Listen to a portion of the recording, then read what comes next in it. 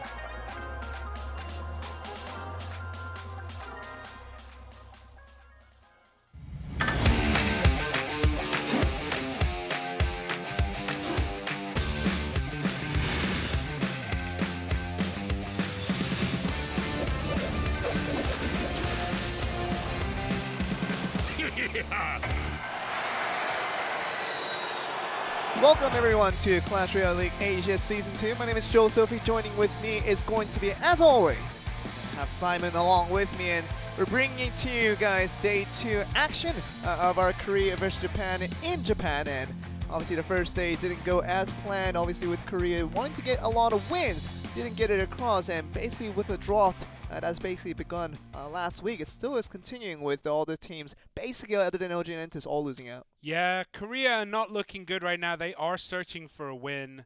It's been a while. OGN finally getting their first win last week. Yeah. Congratulations to them. Hopefully they can do it again today, as they are playing late in a third match. I believe so, yeah. They're playing against GameWith. We'll get the overview for you guys very soon. But they did win yesterday as well, so got their second win just off the board. And they were the only Korean team to get a victory yesterday, with the other two Korean teams, with obviously OP Gaming and also with Kingzone not doing their part to get themselves a victory against the Japanese teams. And now looking at the second day, of course, now still looking towards with the Korean teams will still be ongoing in this streak that they've been having of constantly losing games in and out, and mostly because of the 2v2 that has been looking so lackluster. And it was only the 1v1s that's been their saving grace, because otherwise it seems like the 2v2 hasn't been working out for Korea. Yeah, but the Japanese teams are currently rolling in victories. They haven't lost games convincingly for a while, but let's just take a look at the results so far. Kingzone 5-5, top of their region. Sandbox looking to tie that up today as they take on PONOS in our first game. OP Gaming 3-7, and OGN Entus starting that long climb back up to the top at 2-8. And it's not impossible, but you know, one game at a time, and that 2-8 can look to a 3-8, and eventually a 4-8. Might just topple over Sandbox. At one point, if Sandbox and OP Gaming continue on losing, which basically they have been doing for the last 2 weeks or so. So now we're looking towards Japan though. Look at PONOS Sports, 5 wins and 2 losses. The only team with kind of fewer losses than them is basically no one. They have the fewest losses out of any other team in CRL League right now, and PONOS Sports, they will be going up against Sandbox and probably going to be the favorites to go into this one. Yeah, PONOS Sports also have the highest game win ratio. They've won 33 and lost 22. That's plus 11. Closest to those is AHQ Esports Club at 9.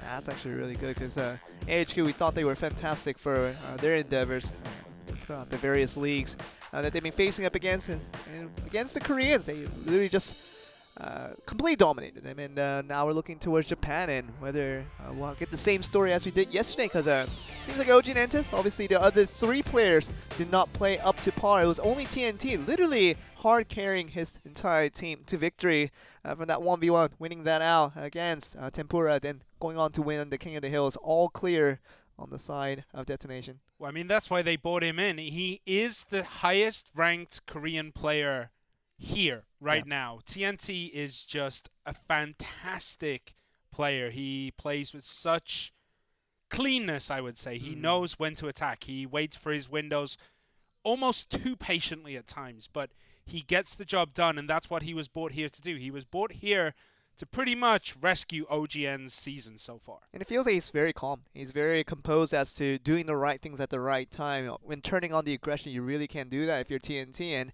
switching back from passiveness and also to aggressiveness and switching that back and forth is something that really he showed us.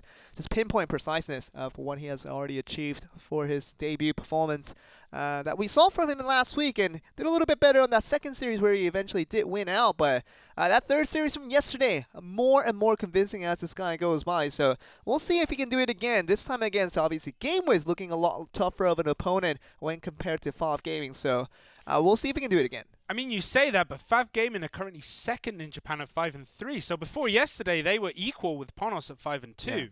FAV Gaming have been great this season. Mm-hmm. But that was Detonation. It was right? Detonation. It was Detonation. Yeah. They're 3-5. No, but all these leagues are ridiculously close. Anyone is within anyone. I mean, before yesterday, Detonation Gaming with 3-4. Yeah. Next up, GameWith 4-4. I mean, everything is so close. But let's take a look at PONOS Sports. Mikamboya, Tengod, Roller Peron, Raiki Jones, Fuchi this time sitting out of this match. So we're going to have Raiki Jones as the 4th player in case they go to that King of the Hill. We were talking about it just a little bit before we went on broadcast. That is a very strong-looking roster. I mean, you put Raiki Jones as the 4th player, and Roller Peron, one of the top rankers right now in all of Japan, and obviously you have Mikamboya, the best player we would have to say in all of Clash Royale League Asia. And you're putting them up with Tengod, and who do you pick out of the 4 to be your King of the Hill if you do go to that roster? It's really a happy decision. Yeah, it's almost impossible to drop any of those players out of that roster. But we are looking at Sandbox. Beaver, Kani, Sato, and Shinchu will make up today. Beaver, Kani in the 2v2, Sato in that 1v1 slot. I mean, PONOS Sport have easily the deepest roster here of just all-round superstars. Clearly so, and we will see Beaver and Kani, and they will try to go up against Mikamboya and Tengod. And the rosters that are being brought up along with their ban cards, Mikamboya and Tengod from PONOS is going to be banning at the Fireball. Very interesting to get the Fireball ban. Probably going to be extinguishing some of those Royal Hawk situation that's going to be a lot more free to play, but The Beaver and Connie situation for them, they're going to be banning out the Miner for this 2v2, so none of those chip damage is going to be allowed here. So set 2, roll upon on Sato, we're going to get them into 1v1 just a little bit later after set 1 is done and over with, and Tornado, Poison, very conventional man. We usually like to see that for 2v2, but it's now happening for 1v1. Yeah, it's strange, like Tornado is actually allowed through the 2v2, but not allowed in the 1v1. Exactly. We don't see that situation very often. Fireball, as you said, it does open up those Royal Hogs. It does mean they can do a ton of damage. Whereas Miner, what are we losing out on? Miner, Graveyard, the Miner Balloon deck that has been doing pretty well lately. Like, Miner's a great card. And just imagine, if you don't have a Miner and you don't have the Fireball, you're looking towards 3 Muskies. Now looking really, really strong. I mean, just have the 3 Muskies with the Elixir Collector with the giant tanking in front of it, and basically it's a Fireball bait deck, and Poison does not do the same effect, so maybe we will get to see some of that coming from PONOS Sports, who kind of were thinking things ahead when they were banning out the Fireball. I'm sure they had a strategy coming in with this one. Yeah, but in 2v2 we never see Elixir Collector. It's way too slow of a card in 2v2. It just doesn't get the job done, and these are the teams revealing one more time what the ban cards are, and they are going to get 1 minute to change through their decks. Well, they had a lot more than 1 minute to think about these cards, just a little bit, because it was revealed before to them before the broadcast began. So Mikambuya and Tangod, along with the help coming from Raggy Jones with the coaching on the side, and he's going to get that Magic Notebook. That Magic Notebook got them the best record right now in all of Clash Royale League Asia and got them the championship in that Season 1. So coming to Season 2, that notebook has done wonders, and we'll see if it does it again. Do you think it's a death note? Do you think he just writes in the other team's names, just like, oh, okay, let's just write in Beaver, Kani. Bibaru, Kani desu. How do they die? Let's see, Golem to the face. Oh man. But wouldn't you like to, you know, take that notebook of his and you know, we watch learn the secrets? You watch a lot of these sports movies in Hollywood, and they always kind of exemplify this green notebook that's always within the coaching staff, and that legendary coach who has this green notebook ever since he was making his debut as a coach, and still has it to this day, and everybody thinks there's some type of magic in there. And maybe we'll get the same magic coming from PONOS Sport, because they're definitely ready along with Sandbox with that 1 minute given out to them. So we will now begin this game. Tangod and Mikambuya for the side of PONOS Sports on the bottom, going up against Beaver and Connie on the top side for Sandbox. Yeah, this should be a great 2v2, because Tangod and Mikambuya actually have a 1 and 2 win ratio in 2v2 together. Whereas Beaver and Connie, this is their first time playing 2v2 together. We see already Skeletons and Bats getting hits on the tower. And we see the Giant Skeleton Royal Giant combo.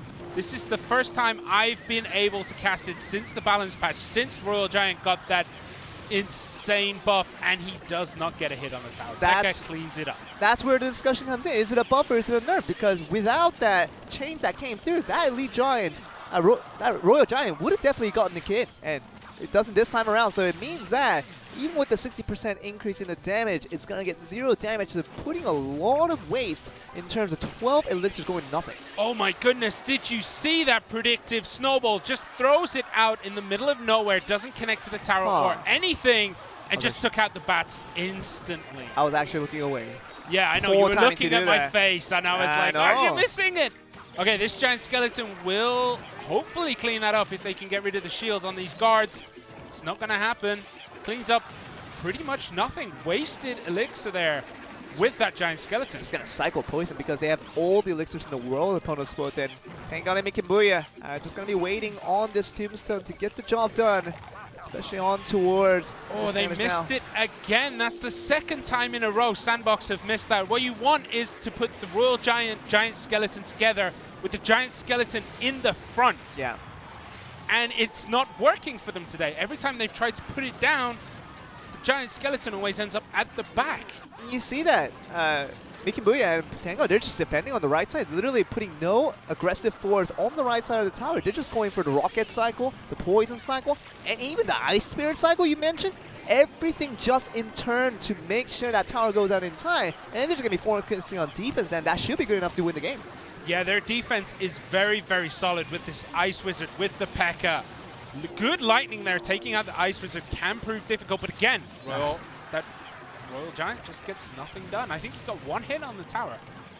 That's never going to be good. If you use 6 elixirs and you get 1 hit onto the tower, you're doing not the best thing with that Royal Giant. And you're going to see a Poison aggressively on the offensive end for Beaver and Connie. Once again, the Tornado doing wonders. That 3 elixir goes a long way if it disallows that Royal Giant from getting the hits now. So 1 rocket away and just a little bit of an Ice Spear. That should definitely clean things up, and that should be it for that left tower. It's going to be gone and gone, and 12:59 with that Tornado slowing down further here. That will be game for PONOS Sports to get that Game 1 victory. What a defensive deck from PONOS. Basically, every tool they had was to defend, and then just poison rocket the tower down. Why is that a thing? Why are they able to do that? No other team, I think, has the synchronicity. I'm just making up words right now, but no other team is as synchronized to be able to get that done. It's incredible because we're talking about 2v2s here, but even in the 1v1, the recently trending meta is the control decks, just to make sure you have the defense on. If you can get the counter push, fine, but this time they don't need the counter push because they're just going to spell cycle all the way through the rockets, through the poison, even through the Ice Spear, getting just a couple of damage in there. That's going to help out as well. So all the way through, it seems like the meta has now shifted over to 2v2 because everybody's just trying to bridge spam. And whenever you have to bridge spam now, it kind of be trending in the meta, the control decks work so well because all you have to do is defend, you'll basically win the game. Yeah, I've been saying that 2v2 is pretty much the wild, wild west of Clash Royale because these teams generate their own meta when it comes to 2v2. But we are about to get into match 1, set 1, game 2 now, as PONOS Sports in blue at the bottom throw out that Ice Spear one more time, and Sandbox in red at the top. Just let it connect. 2 more here right as we go, and the Lava Hound being played out with the Tombstone. So obviously that's not going to get too much damage done with the poison, killing it out in the end. So once again, probably looking for the spell cycle here, Tengon and making Booyah. We'll see if this connects once again. The Dark Prince is going to be charging on. It will be covered by these little skeletons that are going to be summoning in from the Tombstone now. So we'll see what happens here, because really, the Lava Hound having a really long road to get to where it wants to stand. Yeah, it's not going to be able to connect to the tower. Will the pups be able to connect? Nope. Beautiful Tornado again. Ice Wizard there just going to town on everything. Wow. Brilliant defense there by PONOS Sports. And they're going to do the same thing again. We're going to see Poison. We're going to see Rockets. This is exactly the same deck so far. They get the Lava Loon here, and hoping that it does connect to the tower is what they're looking for. But this Rocket, I mean, what else do you want? I mean, you got the Rocket. You've got all the defense too. You got the Tombstone to lure everything in, and you basically have the Tornado to help out with the Ice Wizard. And there's no situation of defense that this does not work for PONOS Sports. How do you break through a Sandbox? What, even if they didn't bring the Lava Hound Balloon deck, how do you break through this defense? The luxury of sending out a Rocket against the Lava Hound tells the full story. They've already won. They're so far ahead in Elixir. They're so far ahead in just deck choices. I mean, everything they have just stalls, controls, and wins. PONOS Sports, especially Mickey Blia, who is the primary player to come up with these strategies, have the perfect read on this current meta. I mean, literally all they know is that they're going to go for the big pushes, and as long as they get the defense through it, just spell cycle with it, there's no way they're going to lose. And you see it right now in game 1. There's the Rocket again. And the Rocket against the... When you send a Rocket against a Lava Hound, it tells you something. Well, I mean, that's their whole goal right now, is to get value with that Rocket. Their whole deck revolves around hitting the tower with a Rocket and a Poison. And even if they have to use it defensively like this, they don't take damage. Still a win, but this is a lot coming down here. Double Tornado. This is not the best situation. And they have to send the guards down. So now, Mickey Boy just slowing things down. The pace is a little bit above them. So just making sure that Tengon is calm and chill before they move on here. So continual Rocket cycles will do a lot of damage with the Poison. That will be good enough. And 7 more seconds. There's no way these double Lava Loons will be able to get the job done here. 1 more Rocket to get the job done. And 354 easy as pie. And if 2v2 looked at this easy every single time, there's no point in the tournament because this is completely outmatched. They dabbed when they won. Did The they? Wizard has changed everything about Clash Royale League Asia. But that was a defensive performance and a half. Oh my, just incredible. Because I mean, what do we say to that? I mean, when you look at that game, when you try to commentate over it, and you basically just see it's just an outplay of every little scenario that's going on from the first moment of that game all the way down to the end of set 1 in that game too. Pono Sports literally was playing in the kids' playground and as adults, and it didn't make sense. Yeah, they were beating, like, they were heavyweight fighters beating up like a phantom weight right there. Exactly. Just one punch and it's over. Ridiculously good play, but Sandbox we are about to get in the one. Sandbox looked helpless. That's all it is. And we'll see if Rollaporon, obviously top player in Japan right now. If you guys are rankers and if you guys have been playing in the top ladders, you would definitely notice Rollaporon's name. And this is who he is. He's one of the top rankers right now in Japan, and he will be doing very well for this team. And as the 1v1 player up, he's going to be banning out the Tornado, as we already mentioned, with the Poison being banned out by Sano. So Sano had his key moments here and there, but still not convincing enough for us yet to say that he will beat the likes of Rollaporon. Seto, he's okay. Right now, I'm looking at his stats, and he is 1-0. I got 3-0. Oh, he did better Oh, than that's King of the Hills. Rollaporon, sorry. Yeah, Yeah. Rollaporon has only beaten Donnie so far. In King of the Hill, he's actually 2-2. Look at this, almost 7K trophies for Rollaporon, 6-9-2-2, and yeah, 6-2-4-5 doesn't look very impressive in this case, because oh man, I mean, we would dream to get a trophy count like that, 6.2K, but when compared to 6.9, you are in a little bit of a different league, and we are going to get to game 1 very quickly, guys, and not going to waste any time. See if Rollaporon can get the job done. Dabbing with the Wizard to start off the game. Just telling him good luck. Is that a good thing or a bad thing? Are you just really wishing good luck to your opponent?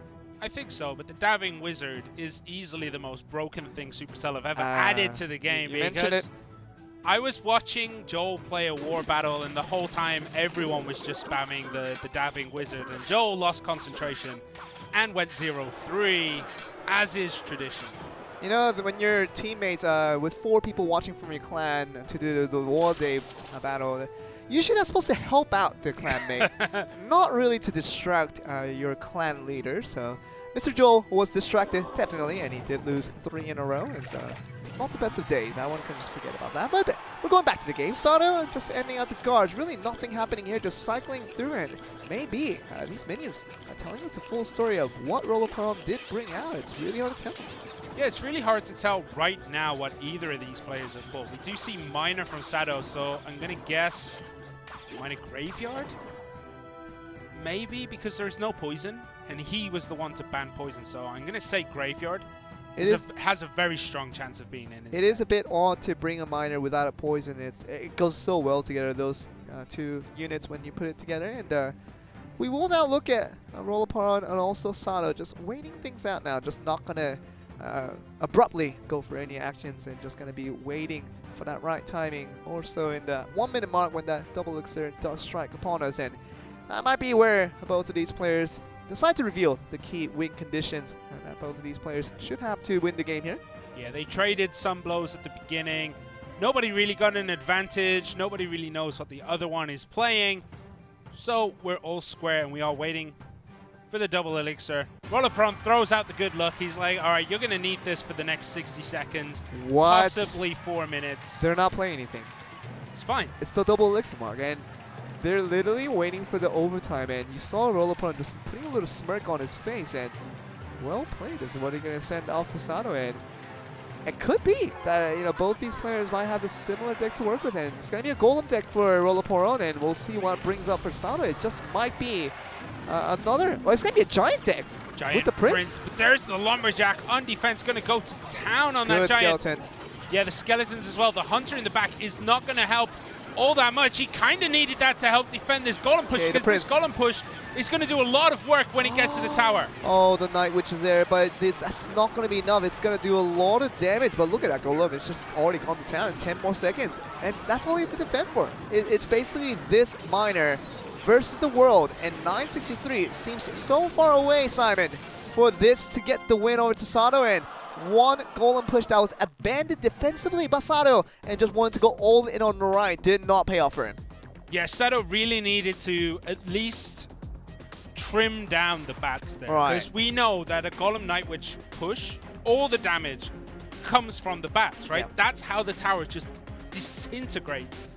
And he didn't do anything there to stop them. There was no zap, there was no poison, obviously because it's banned. There was no anything, no baby dragon, nothing to defend that. Just went all in on the right, hoping that he would get the tower faster, but the typical Golem Night Witch combo, so much we know about that combination. It takes out a tower very, very quickly, and we all know that, and you obviously use it quite a bit on your Golem beatdowns, and Roll-A-Pour-On. Fantastic, once again, just trimming it down to less than 1 minute left in the game and not going to abruptly just play for that win and just going to go for that one tower trade in the end, and he had the confidence that he was going to defend well against Sato. Definitely did. Yeah, choosing to throw the Lumberjack on the defense is definitely what won him that game. But we are going to get into game 2 here very shortly between Roll-A-Pour-On and Sato. We'll see what happens here. Roll-A-Pour-On making that game 1 look easy in the way that he took it. Another good luck being thrown out there. Still no replies from Sato, by the way. So a lot of comments and a lot of dabs being thrown out by Roll-A-Pour-On, with Sato remaining silent and just wants to focus on his game. It might just be a log deck, log bait deck from the side of Roll-A-Pour-On, bringing out the Princess, and we're going to be a hog cycle here. So interesting that we have a hog with the Princess to begin this game now. That fireball, Fantastic. Oh my goodness, so much value. Gets 7 elixir down with his own What? 7 elixir, Oh. but What? is this? Are you sick? Hog Rider and barrels? Well, It's a log bait hog cycle deck. what's a log? Oh, I thought you said hog bait, hog cycle. I No. got really concerned there. Okay, Dark Dark Goblin's Goblin on the defense will take out the Night Witch and the bats without taking any damage. Moves forward, probably get 3 hits. No, Mega Minion there to stop him in his tracks, but it's looking bad for Sato already. Oh. What has he got? There's the barrel. Barrel's gonna connect. Flying Machine Get again. 1 hit. This deck is very interesting from Roll-A-Pour-On, but we've seen this bar barrel do so much my work lately. He's everywhere. Princess as well, getting the job done on that Flying Machine and then taking out all the skeletons. His Princess is a generating value here. And you now have to save that long if you're Sato, because now you have to wait for that Goblin Barrel to come out and he will use it then, but that's double trouble if you have to worry about the Hog Rider and the Goblin Barrel. Skarmy, come on. He's using the Skarmy competitive? We don't see it very often, but it And is he going gets to connect. damage! What? I don't know. I don't know what to say about this. The log, there's so many options to log in this deck. You have the Princess, the Skarmy, the Barrel, the Dark Goblin. And the Dark Goblin survives. What the heck? And that Good fireball. fireball. Oh my god. Getting the Tombstone and the Flying Machine. That is absolutely GG if I've ever seen one. 947. Looks like very, very low HP when basically no damage has been done on the opposing side. Yeah, Sato is on the back foot right now. There's another Hog Rider. This, Desperation. yeah, you know it's bad when you need to throw down that Tombstone right in front of your tower. But Sato's last-ditch effort here. Oh, he has to, it's as if knew what Sato was going to bring. Infernal Tower as that last piece of the puzzle with the Skarmy? Are you serious? He's locked him out. I don't think there's a possible way It's for done. Sato to come back. Just throw down a Hog Rider, throw down a Goblin Barrel. You basically just won the game.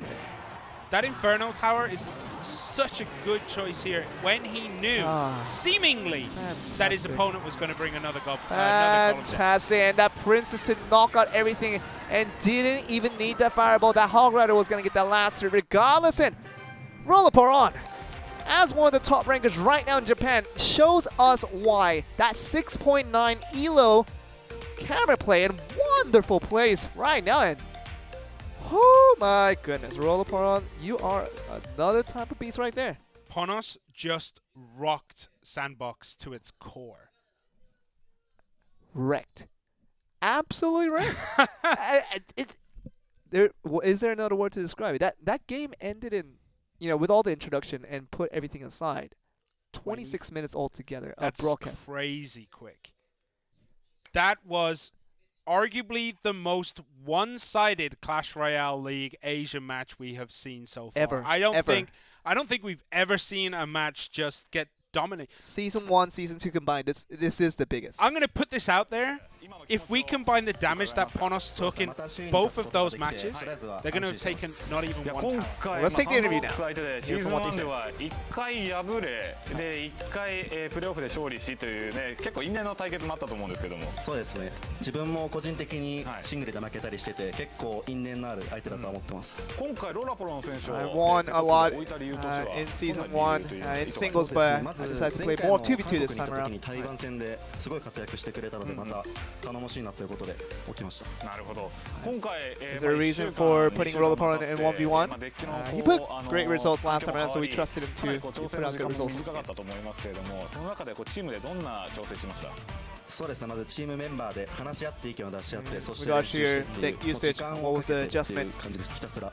なるほど、ありがとうございます。そして今回まあ We tried to make sure that we reduce the game time in terms of what we want to do with our decks. そしてまあ相手はカーニー選手とそしてビーバー選手で来ましたけど、ビーバー選手シングルで来るとかも考えてました。そうですね。可能性としては全然あると思ったんですけども、 Did you feel like Beaver was going to come out in the 1v1? 結構この可能性的には高いなと思ってて、あまり考えては I think Beaver was stronger in 2v2 this entire time, so I didn't really think about it too much. And 今回ね一 it 勝 was 収めて once again interesting to see that he was in 2v2 indeed. 1個勝数が上でこの後まあ明日もありますけれどもファブゲーミングとずっとこうね Do you feel like with the 1v1 going very favorable for you guys? 明日への意気込みを How's the rest of the season going カメラにお願い for you したい guys? と思います。明日も勝ちます。お願いします。はい、ありがとうございました。みかんぼう We're な just 選手でした。 trying to do our best.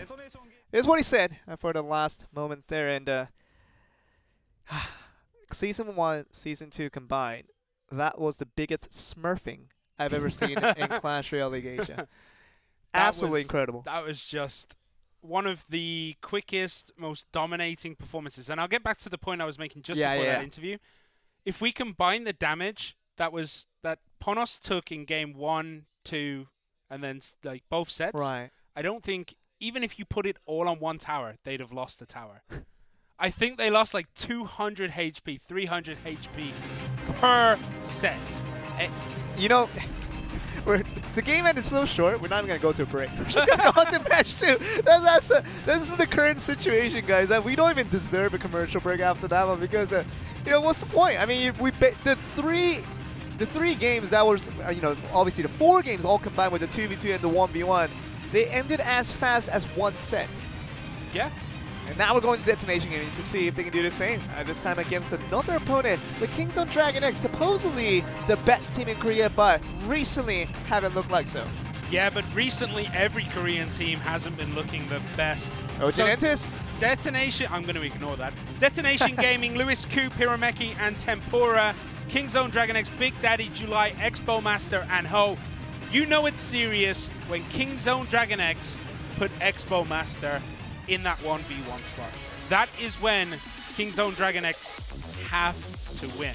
It is the last resort when you're strategizing around Expo Master to not participate in the 2v2, but rather go for that 1v1. And he's banning out the Elixir Collector like the good old Season 1 days. And here he is, hoping to be back in his prime.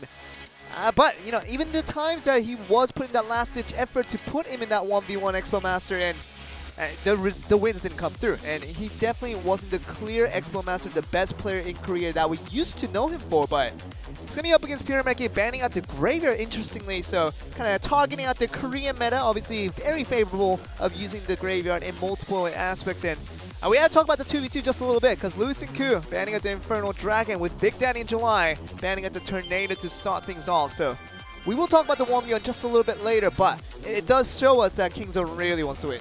Yeah, banning out the Elixir Collector, that's when Expo Master plays serious. Yeah. But Infernal Dragon ban in 2v2, that leans me on the side that Lewis and Koo want to play Golem, Sure. Giant, or P.E.K.K.A. Lava Hound.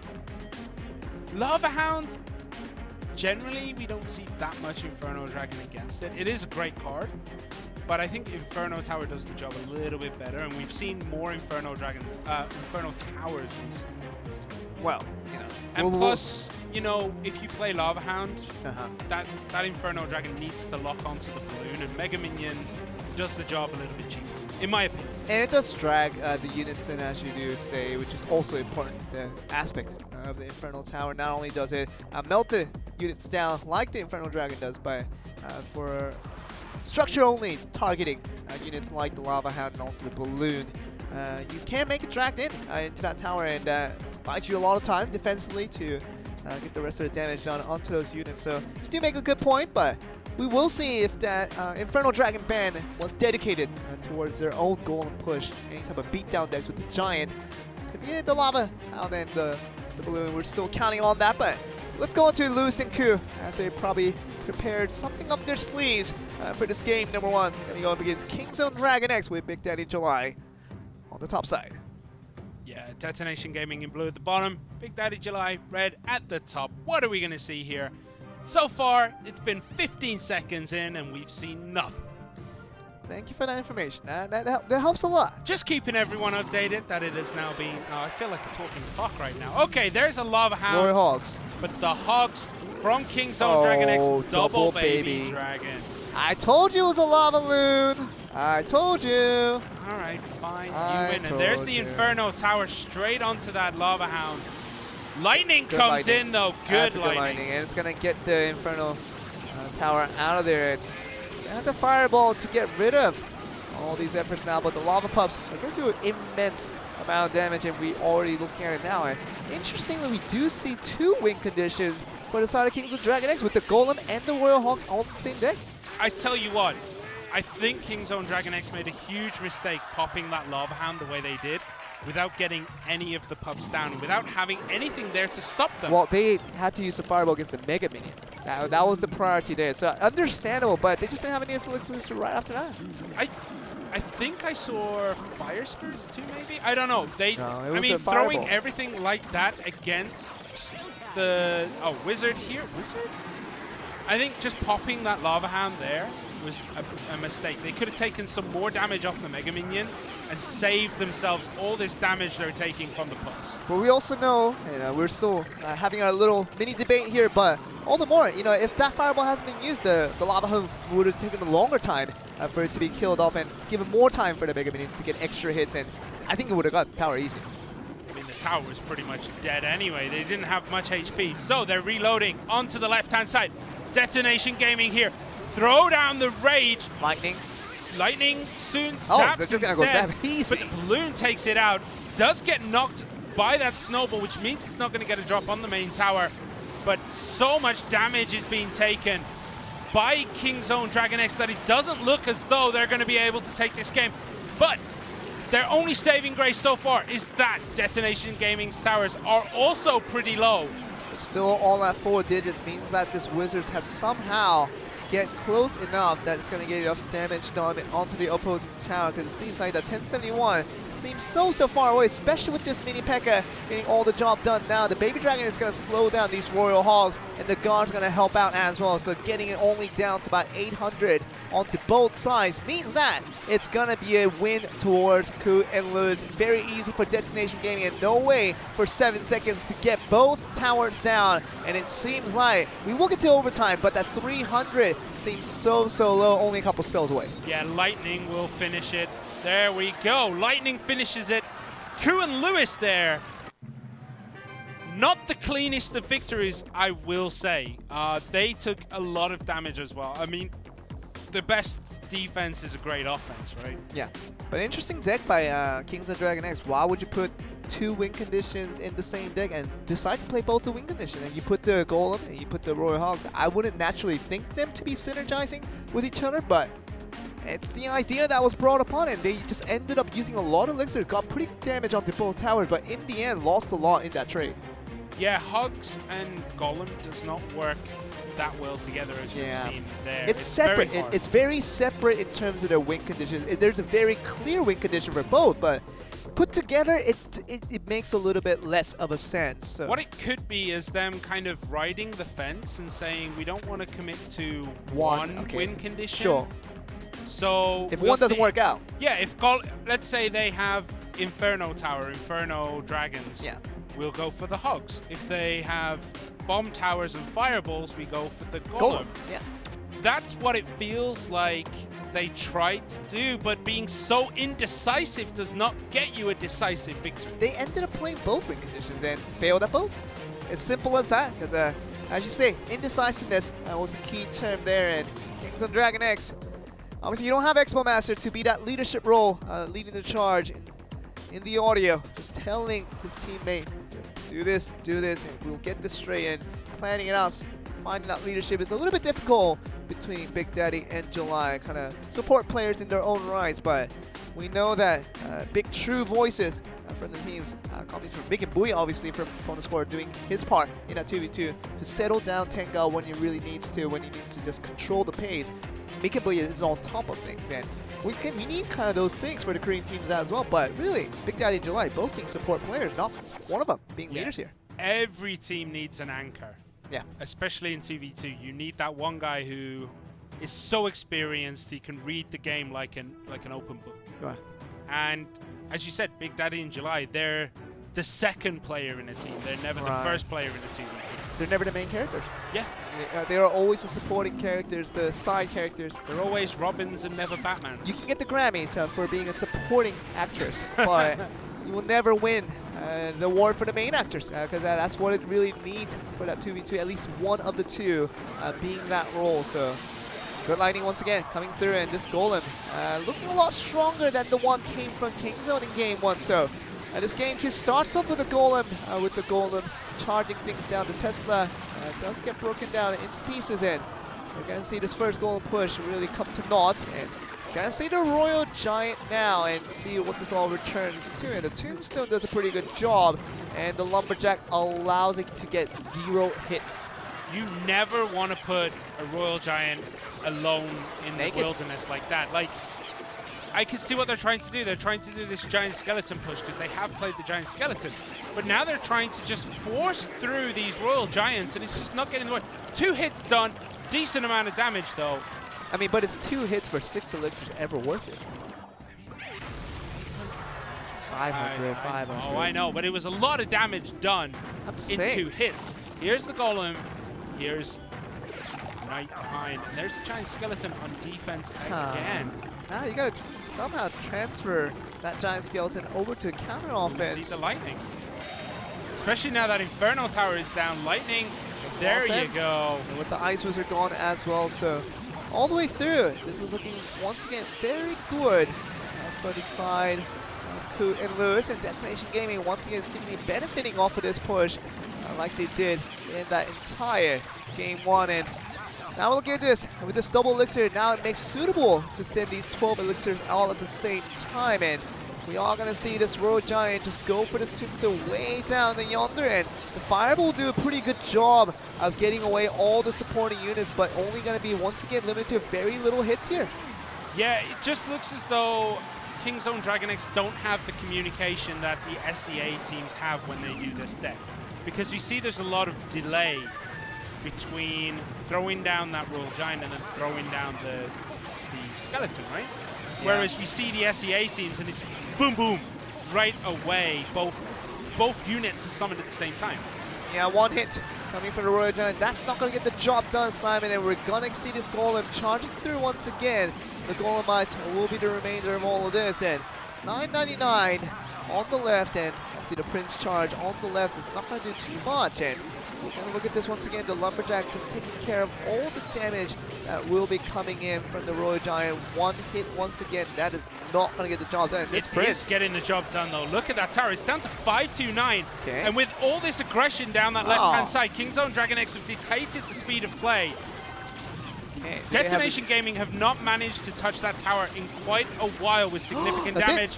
Oh, so close. 275 Fireball, down to 226, 25. It's going to require 1 little spell, but it seems like they will have it in time. Anything will do, but look at the left side. Okay, that was very close. So 422 with the tower clocking down on the left side. Big Daddy in July pull it together for that game 2 victory. So now pulling it back to even. They are going to go onto the set point to see if Kingzone can do it once again. How will that affect Detonation Gaming? Because 90% of that game They had a commanding lead, and they let themselves be drawn into Kingzone DragonX's left-hand push. Over and over again, they just kept trying to defend, and they never really played the aggression.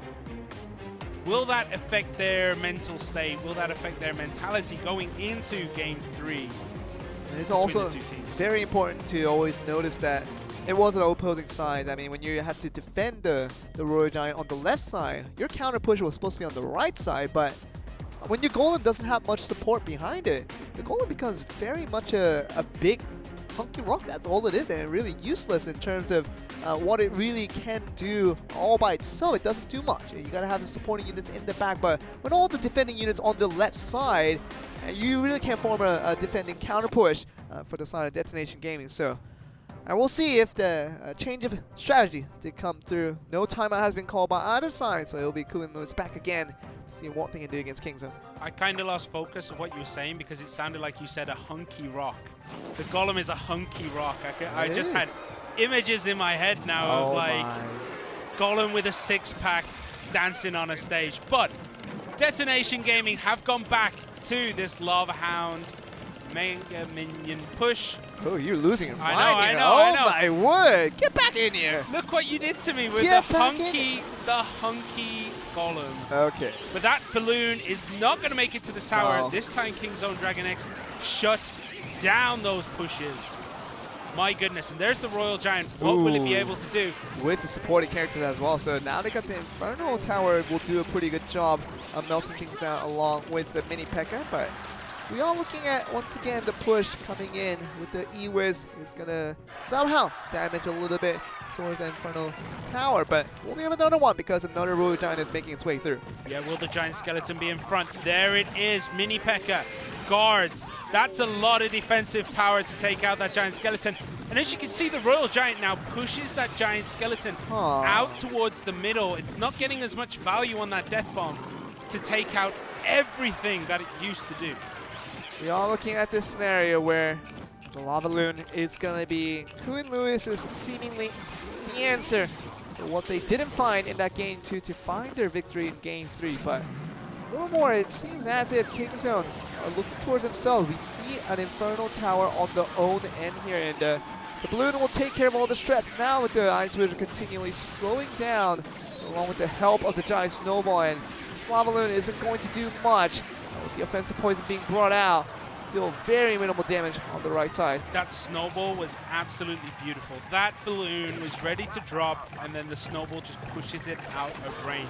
Also, that Ice Wizard definitely played Final Fantasy X as it was dodging lightning like no other. And the Royal Giant goes down again instantly, but look at that bottom right-hand side tower for Detonation Gaming, 1,162. It's literally just lightning damage that came through, 300 plus damage, and that results from the lightning one strike towards that right tower. And all these pushes, they're hoping it connects.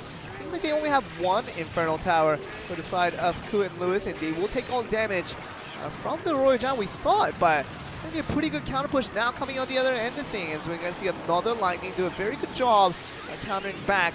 Good range too. Yeah. Will the snowball be there to avoid it this time? It. No, it's not. That That's looks like it's over. It's game. 5 seconds left. 3, 2, no chance of bringing it back. Detonation Gaming taking Game 3 there against Kingzone DragonX. In a game that Kingzone wants winning. Yeah. That Royal Giant did a very good job of cycling that through and knowing basically that Detonation Gaming only had one Inferno Tower to work with, and they had 2 Royal Giants on the side of Kingzone. So outcycling was going to be very, very easy, and you will get guaranteed hits onto the tower, more or less than not. And now we're looking at this scenario where Kingzone, I think they would have expected themselves to win that Game 3, but did lose. Now going to go to a losing end once again. That 2v2 really not convincing enough to say that, even to the likes of Detonation Gaming, a team that is at the bottom of Japan as a region, still isn't be able to beat out by the top team in Korea. There was a very interesting part of that game where Kingzone's last Royal Giant Skeleton push, the Royal Giant couldn't get round everything. You saw it kind of like, it walks behind the Giant Skeleton, it moves to the right, moves to the left, moves to the right, moves to the left. It was kind of like moving back and forth and never got a shot on. I think it was because there was a mini P.E.K.K.A there or something that just pushed it out the way. It could not get round. It could not connect any damage. It went down instantly. And we actually saw the mini P.E.K.K.A kind of pushing the Giant Skeleton away, if I have to be sure on that one. But it did kill off the Royal Giant first before it killed off the Giant Skeleton, which was an interesting interaction. We thought the mini P.E.K.K.A would surely target the Giant Skeleton first, but you know, all the theories aside, we do see Detonation Gaming winning out, and now we're going to see if Kingzone can trust their all-star player of Expo Master, banning out the Elixir Collector, telling us that he's in it for this series run this time around. I'm going to read. I don't have, like, you know, the answers to life, the universe, and everything. Expo Master drops game 1, wins game 2, game 3. It didn't happen last time. I know. It didn't happen last time. It happens a lot, and I'm going to stick with it. I think it's going to happen. Pyrameki, this guy is on a roll. 1-1, King of the Hill 3-4. It's not much of a roll, but it's a bit of a roll, you know? In what terms did you kind of define that terminology as the roll, Simon? The roll is that he beat Manong GP. That is a roll in itself. Nobody beats Manong GP. It sounds like just like a type of bread kind of roll. That's the only roll I can think of right now. You know, we had some nice dinner before all this, and maybe that got you a little bit sleepy all the way through. I am telling you, that is beating me? Manong GP is a feat in and of itself. My goodness, Simon. Name me one other player that's beat Manong GP. Nobody. I don't even care if you know. Nobody has beaten him. You have the data charts. Why are you asking me a question that you have in the data charts anyway? He's an indestructible beast of a Clash Royale player. But, I mean, this guy, Expo Master, currently, he has beaten Mikam Buya in 1v1, and he lost to Benza Riddell.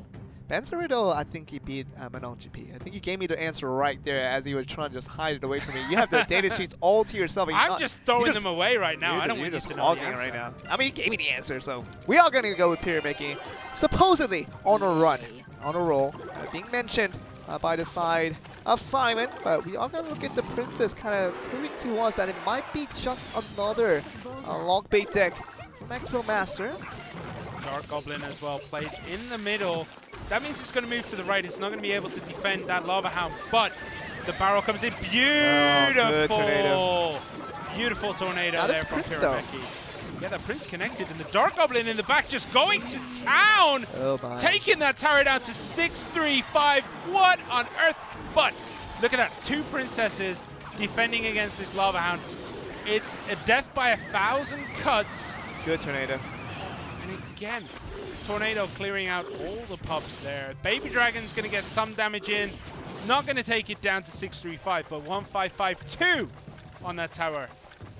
Good job here by Expo Master getting the better of this first engagement. Oh no, I think he lost because he doesn't have a log. Pyrameki does not have a log. We tried to confirm with that last card being unrevealed, but the fact that his cycle came around and still didn't use a log for that perfect Princess all the way to a Goblin Barrel could have been a multiple value on that one, but that means that Pyrameki doesn't have a log. Rocket? Fireball maybe? Balloon? And that's what Expo Master wants right now. He wants that value off those fireballs onto that bottom right-hand tower. He gets the tombstone there and hits the tower. 38 remain. Even a sniff will knock that out. Fireball is the last card from Pyrameki, and it does take out that Dark Goblin this time. Tornado Princess isn't. There we go. She does finally lock onto those pups. Too busy trying to take out the miner, but 38 remaining. This Princess gets one volley of arrows on that tower. It is dead. Inferno Dragon takes out the Princess. But I believe that Pyrameki got a lot more damage than what he expected out of that run, and the Master now has to be thinking what his next plan ought to be. Still, the Fireball being the last card shows us that he basically does not have the log to defend against all of this, and the Skeleton is going to do a pretty good job, and now going to open up the King's Tower. The Fireball will do some type of damage, and it's going to be one Fireball away from that tower going in out now, and we'll see if this will be enough for Pyrameki to stick on and carry on with this game here. Expo Master knows that his biggest chance of victory is to push down that left-hand side as he can close out that right tower as he just did. Will he be able to hold on for the next 7 seconds to defend this? 46. There's the Fireball, finishes it off. Okay, we are tied. And now, Kingzone DragonX's Expo Master has a bit of an advantage coming through. The Prince, the Oh, good. Baby Beautiful. Dragon. And we know that's kind of a bad position by Xmaster to put them all together. And now we're going to see a pocket on summon of that Lava Hound. Now we're going to be going through this situation where the Baby Dragon and the Inferno Dragon are going to be going the double Dragon route, trying to do all the damage to all of this. And it seems like the fire, that's the last ditch effort by Expo Master to put that the tornado up and goes to get the fireball as well. Yeah, you tornado my units, I tornado yours. It's only fair. And this time the barrel gets no damage done with perfect placement of those guards. And the push, it's hard to tell who's going to have an advantage here. Expo Master does have a slightly stronger push, I would say, if he can get these barrels to work. Puts it at the back this time, and they do get the stabs. The Baby Dragon was distracted by that Prince. Yep. And we'll see if this is going to be the leading push with the Lava Hound. This has to be, because otherwise, if this Lava Hound does not get the job done without a balloon, it's very, very difficult to get the job done. We're going to see. Inferno Tower, the Inferno Dragon, it connects, tornadoed away. Will it decide to reconnect? That's the question. The Dark Goblin trying his best to take it down, does take it down. Pyrameki's bottom left-hand tower is at 851. The barrel comes in again. Baby Dragon, not going to be as effective when you split the goblins like that. 455 on the left side. It's making it very, very close, uncomfortably close for Pyrameki to find back into this one, because it seems like the Lava Puffs will knock the job done. Tombstone will be destroyed out. Yeah, that's going to be the remainder. It seems like that 254 will not last for a very long time, and no real defense coming in, and that will be the Dark Goblin finishing things off. And Expo Master, after a long, long battle through all of that, will get Game 1 victory for himself. Yeah, through 2 minutes of overtime, he managed to take it at the end. He never really looked like he was losing control too much. The Inferno Dragon did look like it was going to connect to the tower a few times. Beautiful waiting on that tornado, pulls it away, cleans it up, no problem. What it does mean is that Expo Master doesn't lose set 1. Game 1, yep. And what does that mean, Simon? It means he's going to lose. Oh no. I know. It's terrible. Detonation. Nah, I'm joking. I have Well, no idea. you know, last time you were wrong when you kind of guessed the opposite, and let's hope that you're wrong again, because you know, Expo Master, when you're coming out in this appearance and really putting yourself on the line, banning out the Elixir Collector, and you're really just telling yourself that I want my team to win. Just like what TNT did yesterday for OGN Entus, literally the same role applies for Expo Master to do that hard carry role to make sure you get all the wins from that 1v1 and even to the King of the Hills. That's going to be the only way that Kingzone DragonX will pick up this victory here, because kind of the reliance on the other players from Kingzone has not been the highest. So it has to be the superhero, like Expo Masters, to see if he can get the job done. Yeah, but Pyrameki needs to be the superhero for Detonation Gaming, because if they lose here, they lose a lot of traction in terms of the Japanese region. They will be 3-6 with GameWith at 4-4 right now. I mean, GameWith do play after this, but they play the mighty OGN TNT.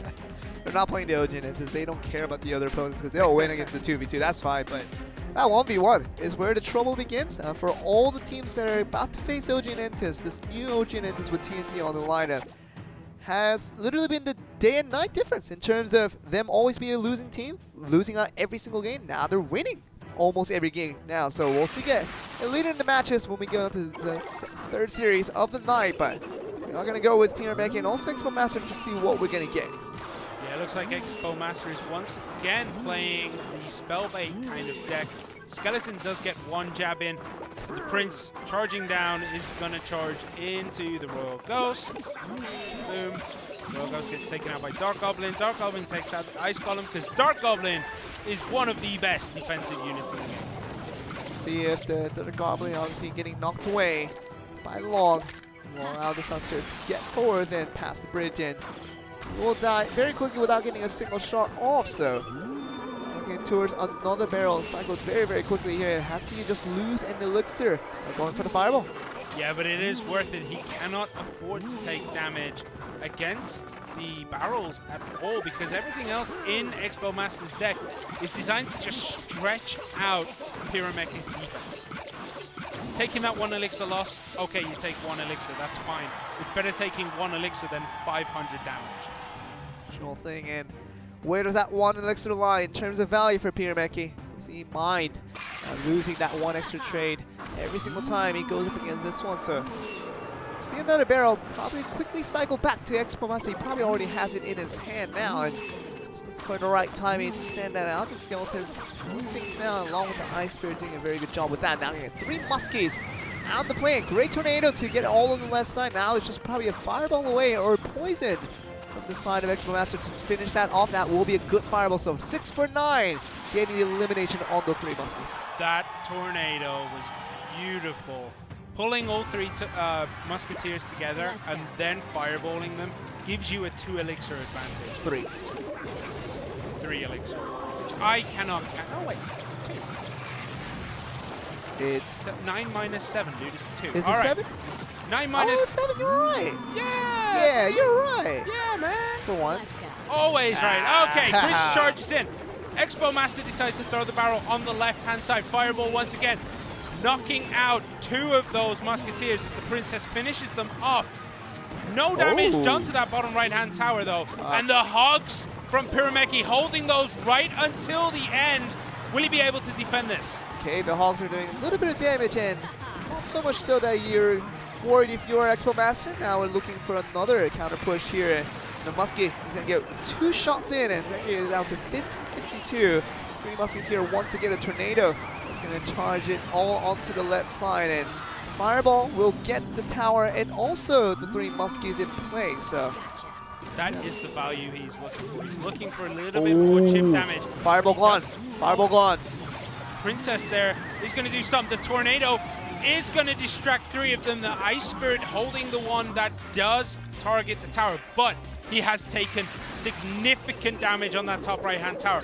Will Expo Master be able to actually damage a tower anytime soon? Oh, that Fireball gets all 3. How does he do that? Beautiful read on where those Musketeers were going. Catches all 3 right on the edge. Very risky play for Expo Master, but it paid off. Will he be able to win, though? He's still taking a lot of damage every time those Hogs come out. Oh, the barrel. That one log. Could have gone elsewhere.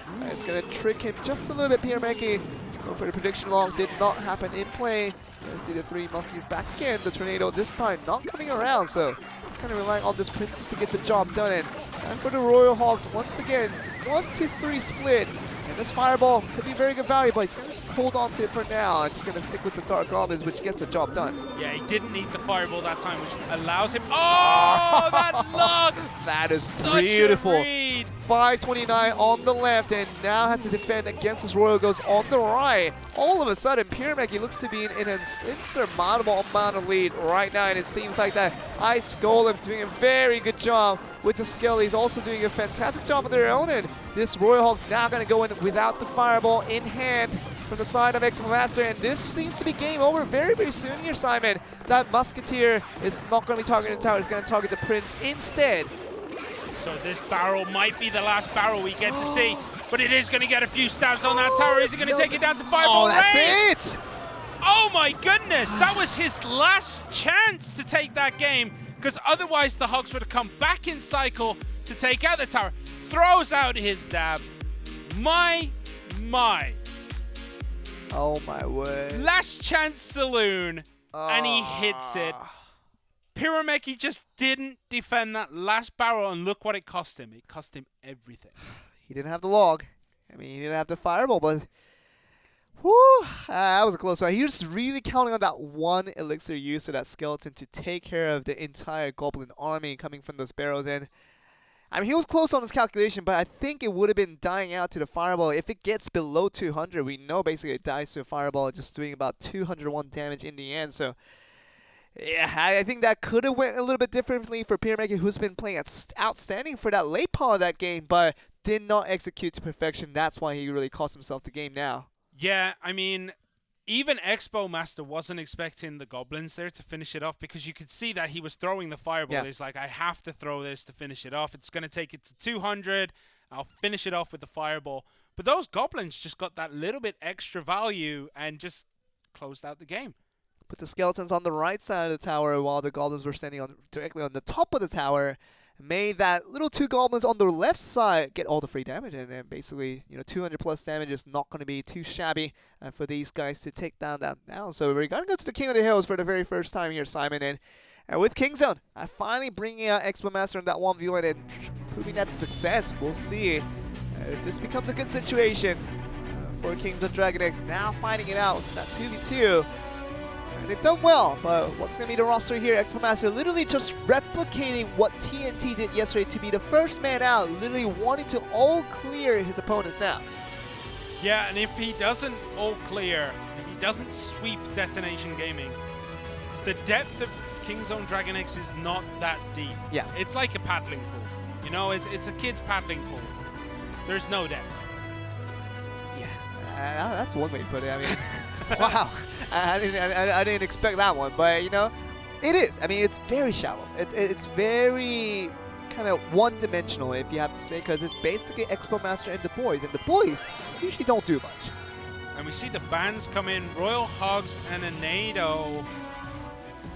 Royal Hogs getting banned shows that Expo Master just does not want to see those pigs in a game again, because they did work against him in that last set. Just means that the fireball will be going towards another objective here, and sure, the 2 players will bring it out somehow or another. But Tempura coming off a pretty disappointing performance yesterday against TNT all the way around. Wasn't able to beat him in 3 attempts that he tried him on, but lost 2 games in that set 2 in that 1v1, and coming into that King of the Hill as the last man on, still couldn't beat him. So Tempura coming off a losing streak of his own, but still a winning team endeavor for Detonation Gaming. We'll see what happens with him going up against Expo Master. Look at that King of the Hill record for Expo Master. 5 Undefeated. and 0. He has taken out KK, Roller Peron, Mikamboya, Reiki Jones, and the also unstoppable Master Home. That's a pretty deep roster right there that he has defeated out. If you put that team in any league in the world, they're going to be challenging for the top spot. Yeah. I mean, KK, Roller Pro, Mikamboya, Reiki Jones, and Master Hong. If you make one team with those players, that, I would say, is the ultimate Clash Royale League Asia dream team. Well, if we ever have all-stars in the Clash Royale world soon enough from esports, and I'd like to kind of propose that. The Asian team, we kind of have an idea set out for who the best players ought to be, and we are looking towards Expo Master. Now he wants to really show everyone that he is one of the best players in Clash Royale League Asia, and for the past couple of weeks, he hasn't looked so.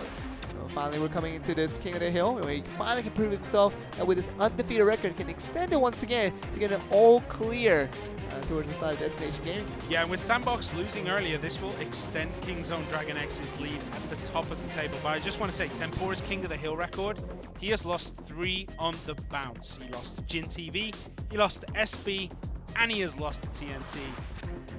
That is a rough run of form, especially in the King of the Hill format. That means you've lost 3 majorly important games.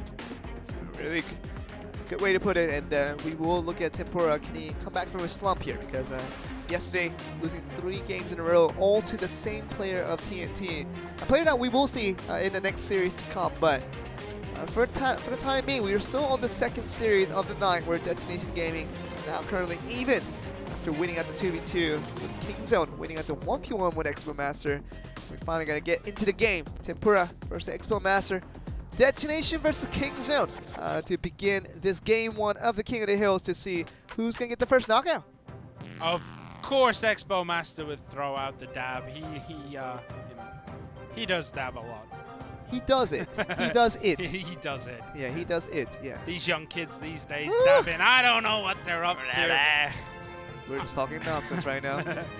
All right, so we are 30 seconds in. Nothing's been played. Will we see the double elixir start the game, or will we see it start a little bit early? We didn't even see it coming from Olaporo and Sato.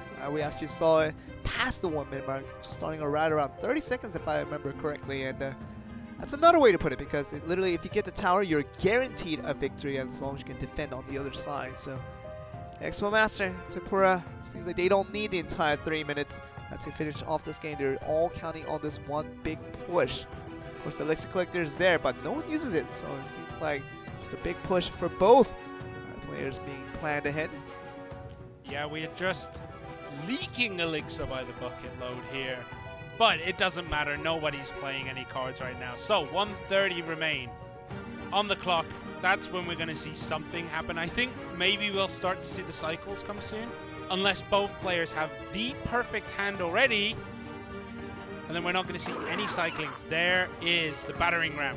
So we're going to see a bridge spam by the look of it from Expo Master. The battering ram there hits the tombstone. And that Inferno Dragon is very, very healthy. So an Electro Wizard comes down from Expo Master. Fireball, though, will take that out. And that's a very healthy Inferno Dragon.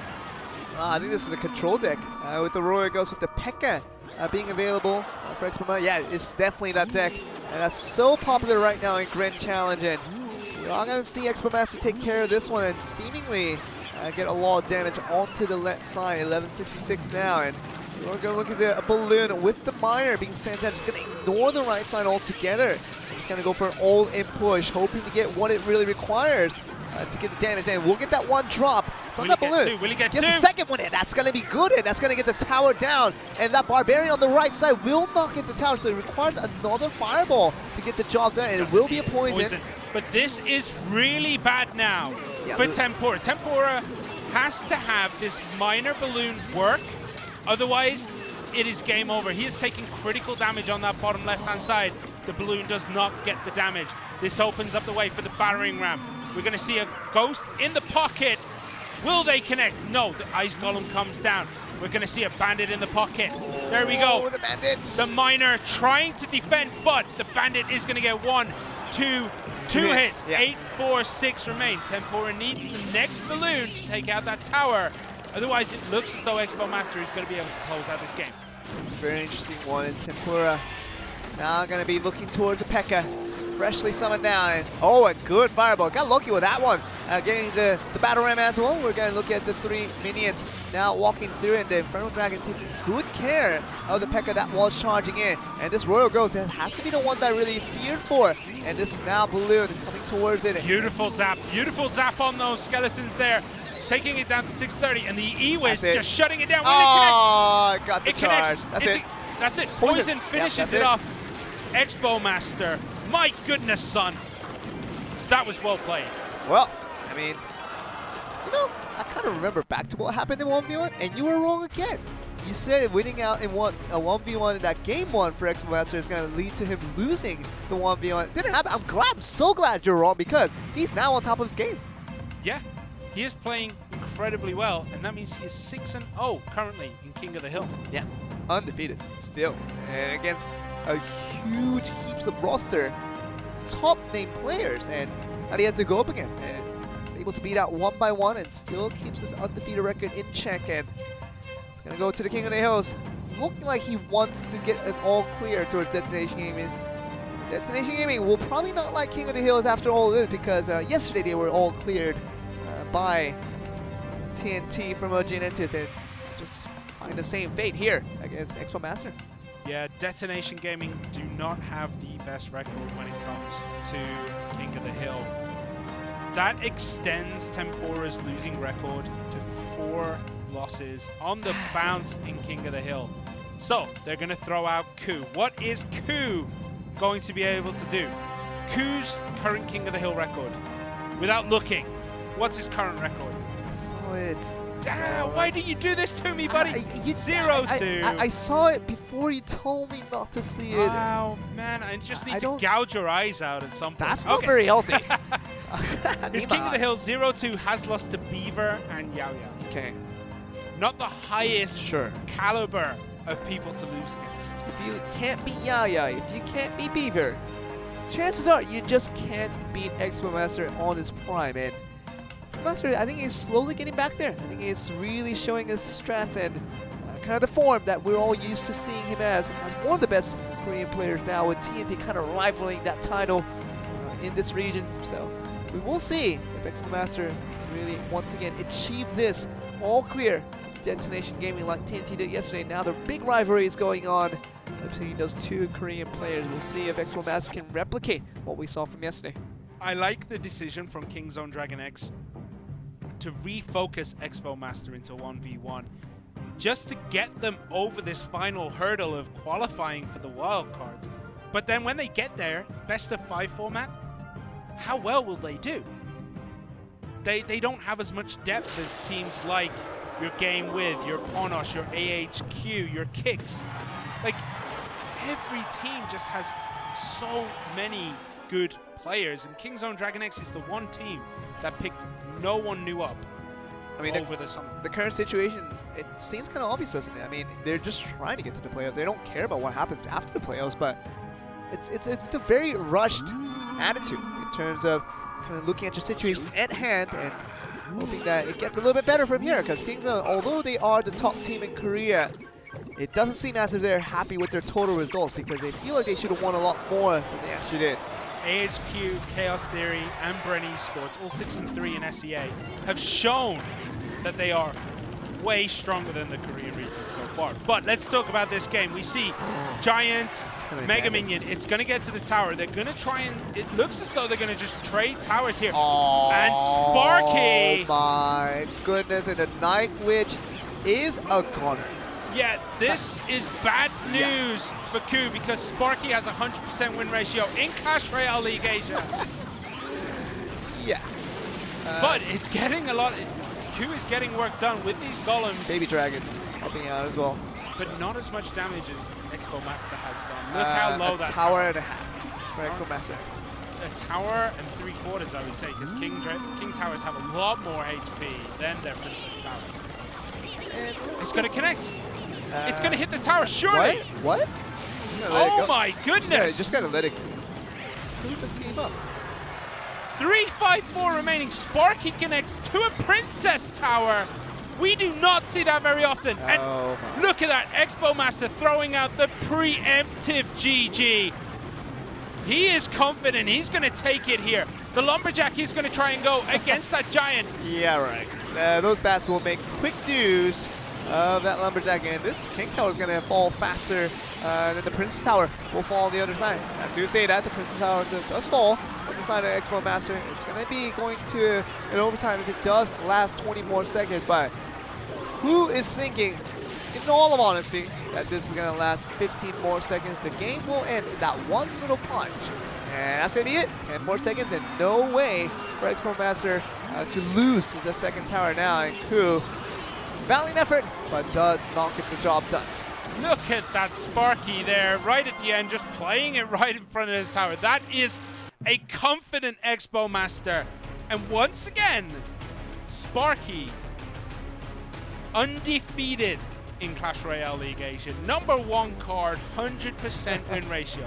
Good old Clinton, the paper thin, will definitely like to hear that one, because he was really mad about the Royal Giant getting changed up, but his boy Sparky is getting the job done right now, and Expo Master still on the path.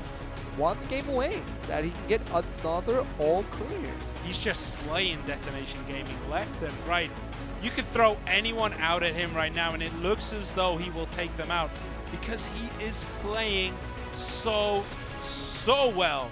But will this guy be able to finish it up? Will Pyrameki be able to stop Expo Master in his tracks? It is the the same Pyrameki that lost to Expo Master in that set 2, and comes back into set 3, King of the Hills, hoping the fate is on his side. And 6.7 trophy count, and we are going to look at Pyrameki losing out that 1v1, putting down his record down to 1-2. 3-4 in King of the Hill right now. He has beaten Sato, he has beaten Thunder, and he's beaten Yao Yao. But he didn't beat Expo Master in set 2, so will that translate over to set 3 though? We will see, because he is also on a 2-loss streak right now, after losing to SB and losing to TNT. And losing to Expo Master might be the 3rd in a row, because Detonation Gaming is going to be on their last straw, with Expo Master throwing out the good lucks, and replies back. It's going to be Pyrameki, and still is going to be dabbing all day long. And the Elixir Collector, the card that Expo Master really just hates. It's going to be back on the line. And we're going to see Bandit gets a connection on the tower. There's nothing ground-based there to stop it. The minion horde trying to do its work, but 1,519 remain. One zap will clear those all out. Oh, wait, he already used his zap, so wow. All right, well, yeah. Casually does more damage than what 3 units combined did for Expo Master. And this miner is going to connect and will do pretty decent damage, and it's going to chip away. And you're looking towards the battle ramp. This time around, we'll see what we can get.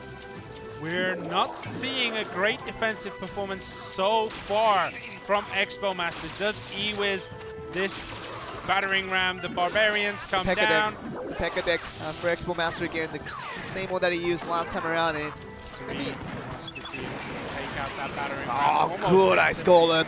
Just blocking the bandit charge, and we'll get this poison to get good value, but it's going to do awesome in its defense right. And this left tower is now going to the scenario where basically a GG call for Expo Master. I don't know what that means, but for the meantime, it seems like he has been quite defeated for this first segment of the game. Yeah, it's not looking good right now. He took way too much damage from that minion horde, and the miner as well, taking that tower down to 6-6-2. The bandit comes in. Good battle ram. Bandit, will it retarget? No, look at that dash, completely missing everything, and that barb didn't quite get to the tower. The bandit on the back, taking out one, the other one just going to town. Look at Expo Master's taking way too much damage. Oh my goodness. Oh, this poison will do a pretty good job of getting pretty good value, but right now, if you're Expo Master, you're just looking for damage. One way or the other, you want to get the damage out, especially on that right tower, which is right now down to 1135. Now is to compensate for these 3 muskies without a poison. What do you do if you're Expo Master? You throw all your cards out and pray. There's the E-Wiz. The battering ram is going to connect. I think he's sacrificing that left-hand side tower. He has to. He has to make this right push work. Because if it doesn't, it is game over regardless. Poison comes down, is ticking on that minion horde. Bandit dead. Battering ram. The miner defensively, the battering ram defensively too. That's gonna be it. Damage. No, he is taking damage. No, that's it. That's it. There's no way he comes back from this one, because right now you look at all these units that are coming in. He still has the miner in check for defensive usage, and he has the zap once again to cycle back. And there's no way the Expo Master, even if he took that tower on the right, that he was going to be able to defend on the right side. So PONOS, through all the pressure and the nervousness that he had to overcome, definitely does the job, and it's going to beat out Expo Master for his first loss in the season in terms of King of the Hill for Expo Master in Kingzone. PONOS played that flawlessly. Oh, that Ice Golem in the middle was beautiful. That bandit, and I think that was the key play. Yeah, just holding it off flawlessly. Like, his defense was so good. And I just think that Expo Master took way too much damage from that heavily damaged minion horde right at the beginning. Yeah. Everything was one shot. Anything that hits upwards would have killed him. Well, I mean, he didn't even have the zap because he used it against the tower of the first rotation. But I think the biggest assumption that went completely wrong for Expo Master was the fact that the minion horde was kind of reaching in front of the Ice Golem as it was crossing the bridge at the same time. So I even thought that that the Princess Tower was not gonna target the Ice Golem, but just target towards one minion at a time. And it made a lot of sense to do that, but literally just by a millimeter. The Ice Golem was a little bit in front of the minion horde. But we are going to see how well can the rest of Kingzone DragonX hold off PONOS. It's going to be quite scary. I have this bad feeling in my stomach, and this is something to do with Expo Master and the boys, and the boys. That latter part of that equation, usually they don't get the job done. So. Well, they have 2 chances left. We saw both players there throw out the logs at exactly the same time, dealing exactly the same amount of damage at exactly the same time. 2-4-5-0 on both times. Oh, not anymore. Gonna get 2-4-7-8 on the right. Hog Rider and the Bats. Bats will get massive value because it's gonna summon another 4 Elixir Cluster. That's a heavy investment for defense in. Get this now, the Ice Golem, just a brilliant usage once again, and this log perfectly timed. PONOS, its pinpoint timing on these summons are magnificent right now. Yeah, his Ice Golem play has been real so far. Even that long. I mean, just getting the lock down the Prince can be tricky because the Prince has such a long range and where he can get that spear and the lance onto his opponent. So very nicely done. Yeah, and the Hog Rider for Pyrameki does get some damage done. 1,658 on that top right-hand side tower. The Giant now, oh, that ice column. Oh my Perfectly word. timed. Gets 1 hit, 2 hits on that Giant. The Dark Prince, though, is going to take out the Hunter, but will not get the tower. That's a huge advantage. Come on, 9 elixirs charging through the bridge, and you're using 4+2 for the Hunter and the Ice Golem to defend that flawlessly. That's well done for Pyrameki, and he's going to be so ahead in terms of elixirs, and now it's going to be wondering what to do. Yeah, Royal Ghost versus Prince, we all know how it finishes. The Royal Ghost always dies, but 3 Musketeers, again, are just going to eliminate that Giant before it crosses the bridge. It still gets a lot of value, though. Look at this Prince, the 3 Musketeers handling 10 elixirs worth of charge from the right side. It does very well. Yeah, he had to spend 14 elixir there with the poison as well for Yeah. Hull. That time, the Hog Rider gets no damage, so he has to make this push work. Dark Prince comes in. The Ice Golem is in front. There is a poison, which will take everything down. 3 Muskies. Zaps out the bats. Will he be able to get a hit on? Sir, that's perfect. And now this Hog Rider just charging into this player, and the Ice Golem will be retargeted on, and that's going to allow the Hog Rider to get 1 more hit, and has to summon another Dark Prince to make sure he can get the damage onto it. No poison this time around. It's going to be, oh, that's a great log. And that's 5 more seconds, but the 3 Muskies are still alive, and this is now charging in, looking like a Pyrameki victory for me. Yeah, it's going to be really rough for Hull from here. He doesn't have many tools available to get through what Pyrameki is using here. This has to work. The Giant in the front, but the Ice Golem again. Brilliant! Look at that. Oh my goodness, this Prince is not going to get there in time. This is immaculate defense coming in from Pyrameki. This is literally inch perfection. Everything he's doing is doing it right. Yep, can't fault Pyrameki's play right now. Ho is trying his hardest to break through, but this Giant just isn't going to get anything done with 2 Musketeers and a Hunter just taking him out. Look. Those 3 Muskies are getting the maximum. You can see the left. That Musket just getting all the damage on it. It's 5, 10, 4, 13. He can choose which tower to take down at this point. Yeah, but what Ho needs is just 1 tower. 1 tower is all you need to win this now, as we are 1 minute into overtime. That Giant just get 2 punches in. Down to 640. That is the most valuable Giant Ho has thrown out so far. Hog Rider, what does he have for this one? Heavy push being thrown out. That's fireball away. Doesn't even need the gonna get the fireball. That's it. Pyrameki, there's no way he loses that one. No. There's no way, because everything is done. He has played correctly. And you can't play it more correctly than what Pyrameki did. Every little unit that he sent out was the right answer to the questions. Flawless defense. Flawless. He did take some damage, but at that point he knew the HP remaining on his tower was a resource. Yeah. He just had to bide his time, wait out. Even though the Giant got 2 or 3 punches in, he knew he only had to turn it around a little bit. His Ice Golem positioning with the Hunter, it's so well done. It was on another level. His concentration right now, you can see from his face that he's not even looking around. He's just focused on that one vision on his phone and just looking towards that game and really just saying that he's going to all clear Kingzone DragonX, and he's very close to it now. Yeah, the reverse sweep is definitely a possibility here for Pyrameki as he goes against the last player remaining for Kingzone DragonX in Big Daddy. Whoever wins this closes out the match and will take home the victory. Detonation Gaming really need this to stay in touch of the other Japanese teams, but if Kingzone take this, they extend their lead at the top of Korea. You know that funny feeling I had in my stomach earlier? I'm still feeling it. Big Daddy is going to bring out the cannon card. Might just be the graveyard deck that is now trending so highly in this current meta, but we'll see. It's going to be a Battle Rep, so take that back. It definitely will not be that graveyard deck I'm referring to, so it's going to look look at this Inferno Dragon now, and gonna get the Inferno Dragon on the other end, so it's gonna be a mirroring. And gonna get the zap there as well, so making sure Inferno Dragon does die out first. Now this Hellhound's gonna be moving on. Yeah, that Hunter just eliminated the Inferno Dragon. And he's gonna get a decent amount of damage done, but the Baby Dragon is taken down. The Bandit connects, but a miner thrown in from Pyrameki on the other side. Trading damage here. Oh wow, Pyrameki, you have made the decision of a lifetime, and this might go to pay him dividends here. Literally almost 700 more damage that he's done onto the left tower when compared to Big Daddy here.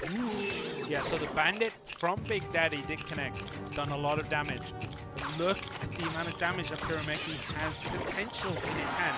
The Lava Hound, the Miner, the Baby Dragon, the Inferno Dragon. I mean, that's a lot of potential outlet of damage.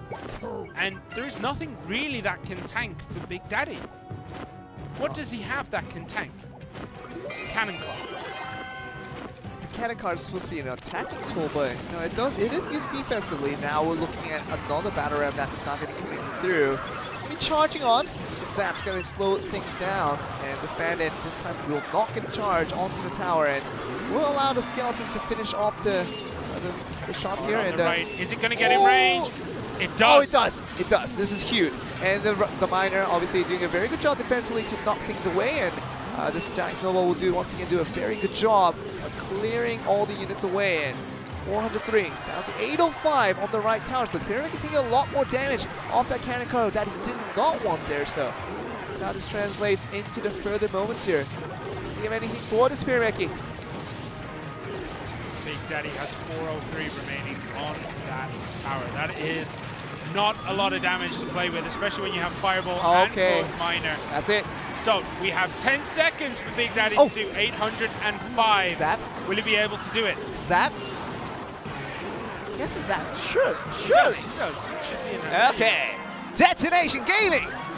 After all of that, Kingzone DragonX with Expomaster on his heels, literally trying to replicate what happened yesterday with TNT doing that for OGN Entus. And oh man, he was so close to getting it done. But now we see that TNT, he's a class act of his own. And Expomaster, although he's very close to it, he is going to be the second best player in this scenario where he just couldn't get the job done as TNT did yesterday. You could see what it meant to Detonation Gaming there. As soon as that zap went down, Pyrameki throws his headset down and is jumping around with his team.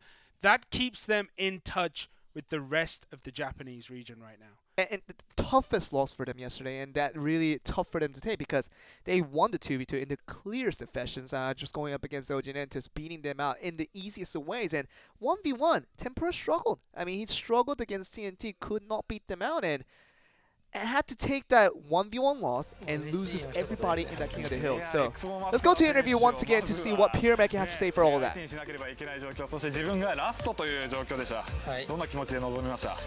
Playing against Expomaster, that responsibility, how do you feel about that one? I did lose against him in that 1v1, but I tried my best to go up against him in that King of the Hill.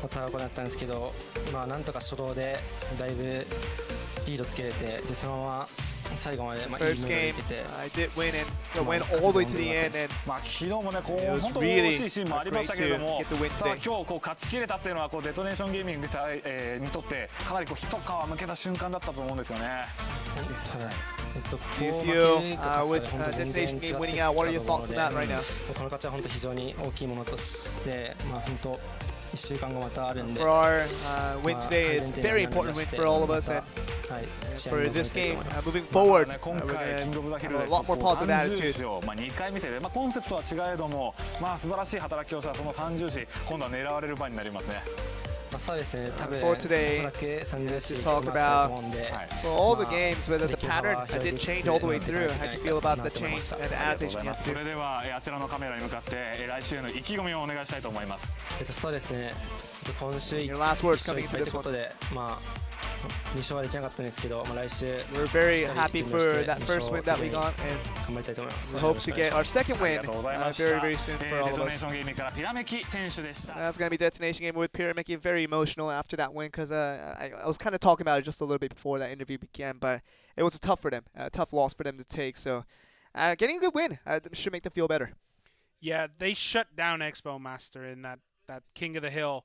And as we were saying, that is really hard for Kingzone DragonX. They don't have any depth. And we're going to get to our first break after all of that. We're going to go to our first break, guys. In our only break, we're going to be back with our last series of the night with GameWith and OGN Entus coming right up. Don't go anywhere. We'll be right back.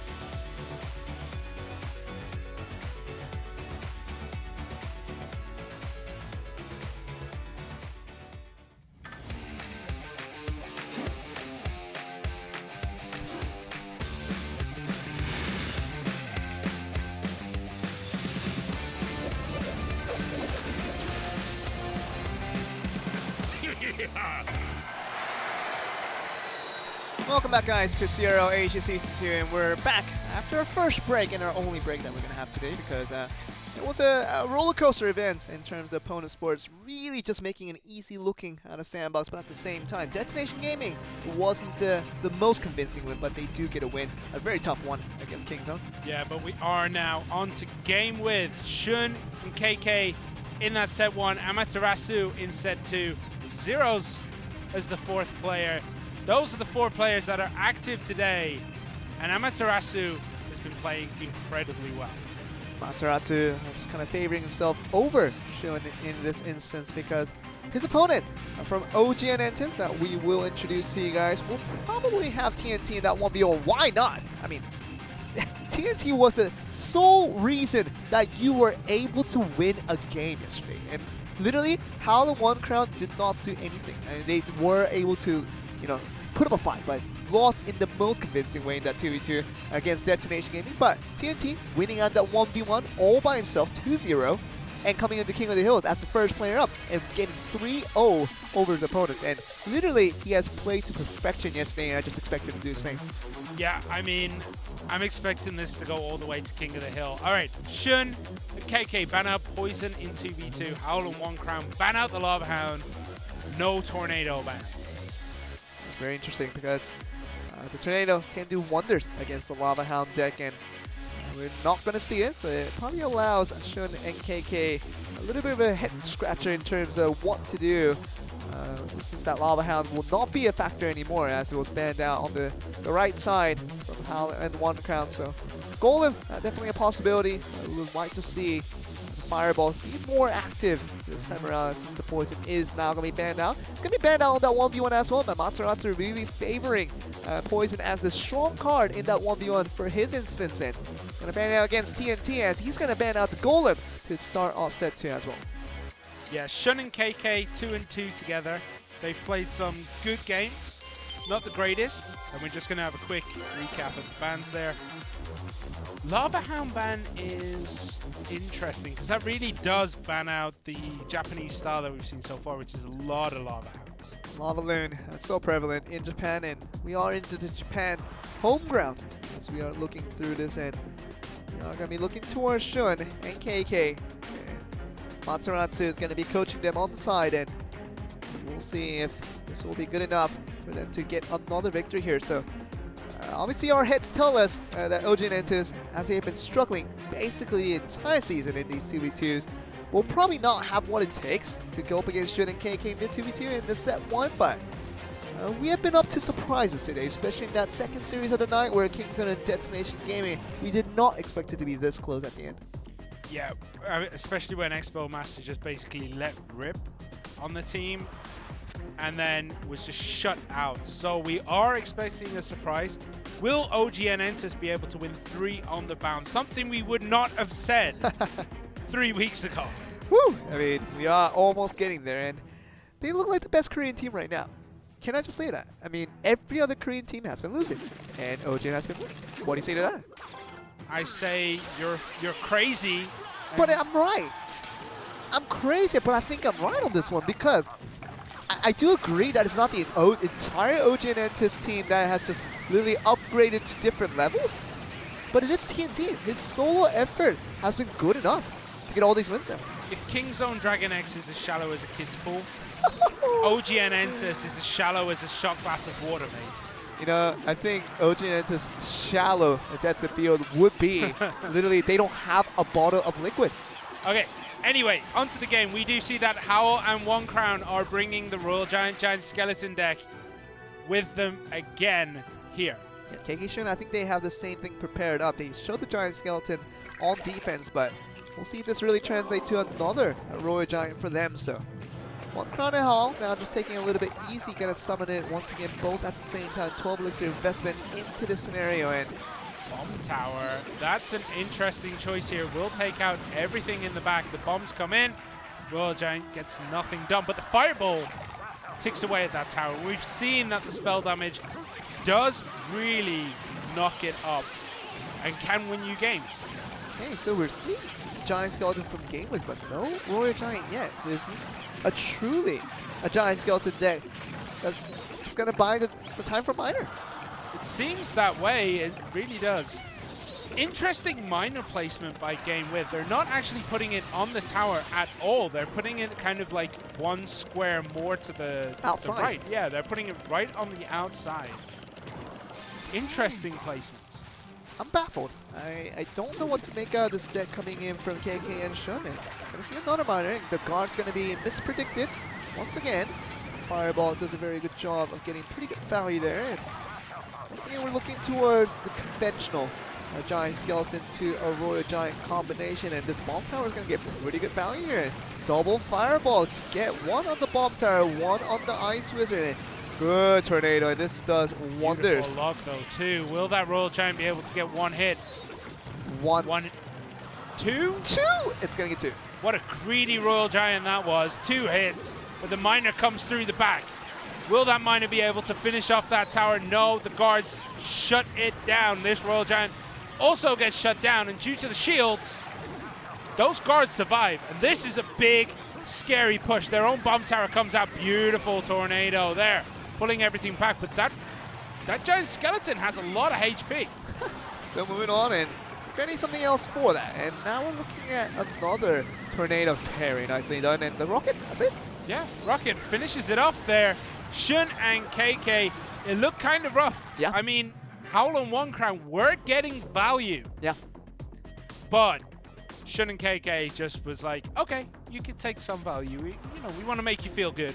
I would have to say, I mean, when compared to the Sandbox, bringing out the exact same deck as One Crown and Howl did, those 12 elixir investment every time they were cycling through that and getting the giant skeleton in front of that Royal Giant and putting them all together, I think every time it got pretty decent value.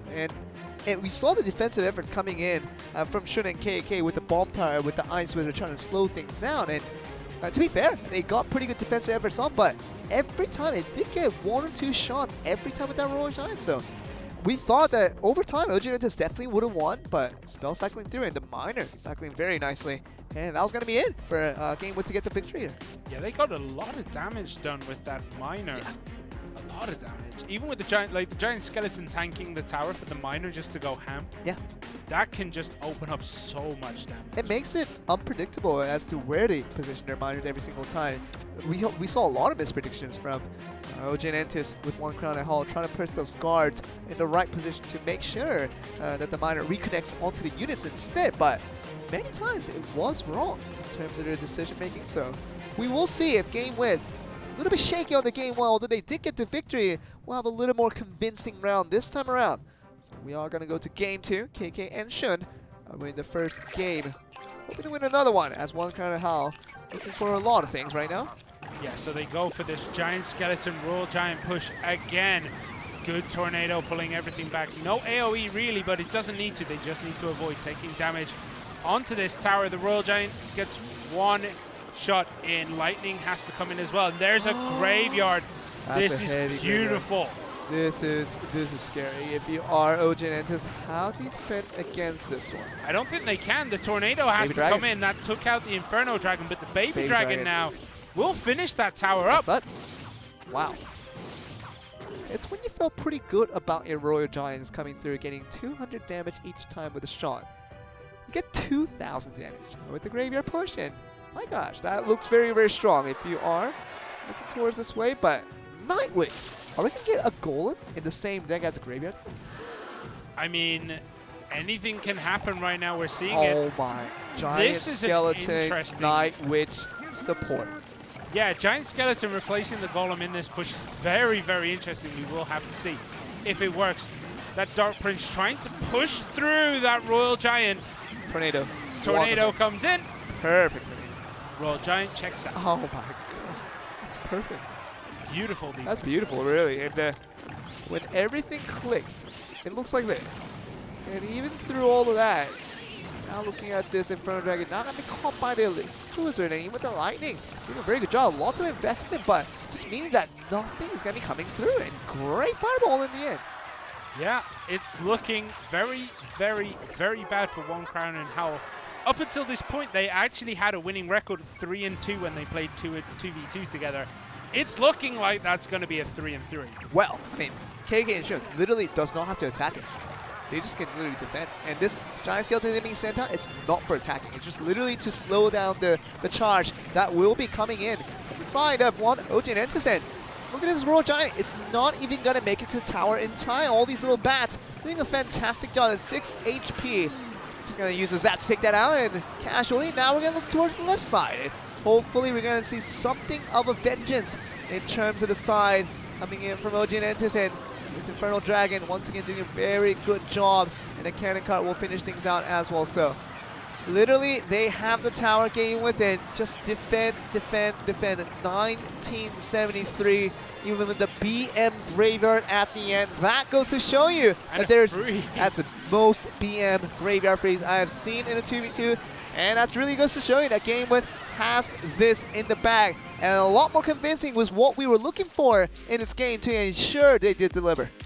I'm going to say that the Korean teams are trying to copy the SEA 2v2 style, but it looks like they don't understand it as well. And maybe it just doesn't work anymore after the Royal Giant That's change. what I want to say, because you know, this SCA format, it was last week when the Royal changes did not occur. So it meant that, you know, you're going to get close to the tower. You're going to get to that 6.5 tower range very, very easily with that Giant Skeleton, with the Royal Giant. And depending on, you know, you get many shots from it, and it's about quantity over quality in that case. And sometimes when you get that 5 tower to be that difference maker for all things, that 6 elixir sometimes for OGN Entus, and even for Sandbox with the Korean teams, like you say, copying the Southeast Asian meta, it might not just get a hit. Yeah, I think that particular 2v2 deck might be dead. I think it's very close to not survival. Yeah. Well, we will see when the masters of that deck play next week when Southeast SCA Asia comes back. Because SCA do play that deck Yeah. incredibly well, especially AHQ and Bren. I just feel like, you know, that the Royal Giant change that occurred, it was neither a nerf nor a buff. It was just a big change. It changed how the game interacts with the game, and it has different objectives for what that card wants to accomplish. Now it's more of a structure killer, more of a siege killer. Any type of big buildings that you build out, it does very well against it, getting huge amounts of damage from range. But is that worth 6 elixir? It sometimes is. I mean, when you have multiple siege units that are slowing down your push, get the Royal Giant in the back and make sure it does all the damage, soak up all the hits, and we'll get the tower down. Sparky Royal Giant. It's seemingly working.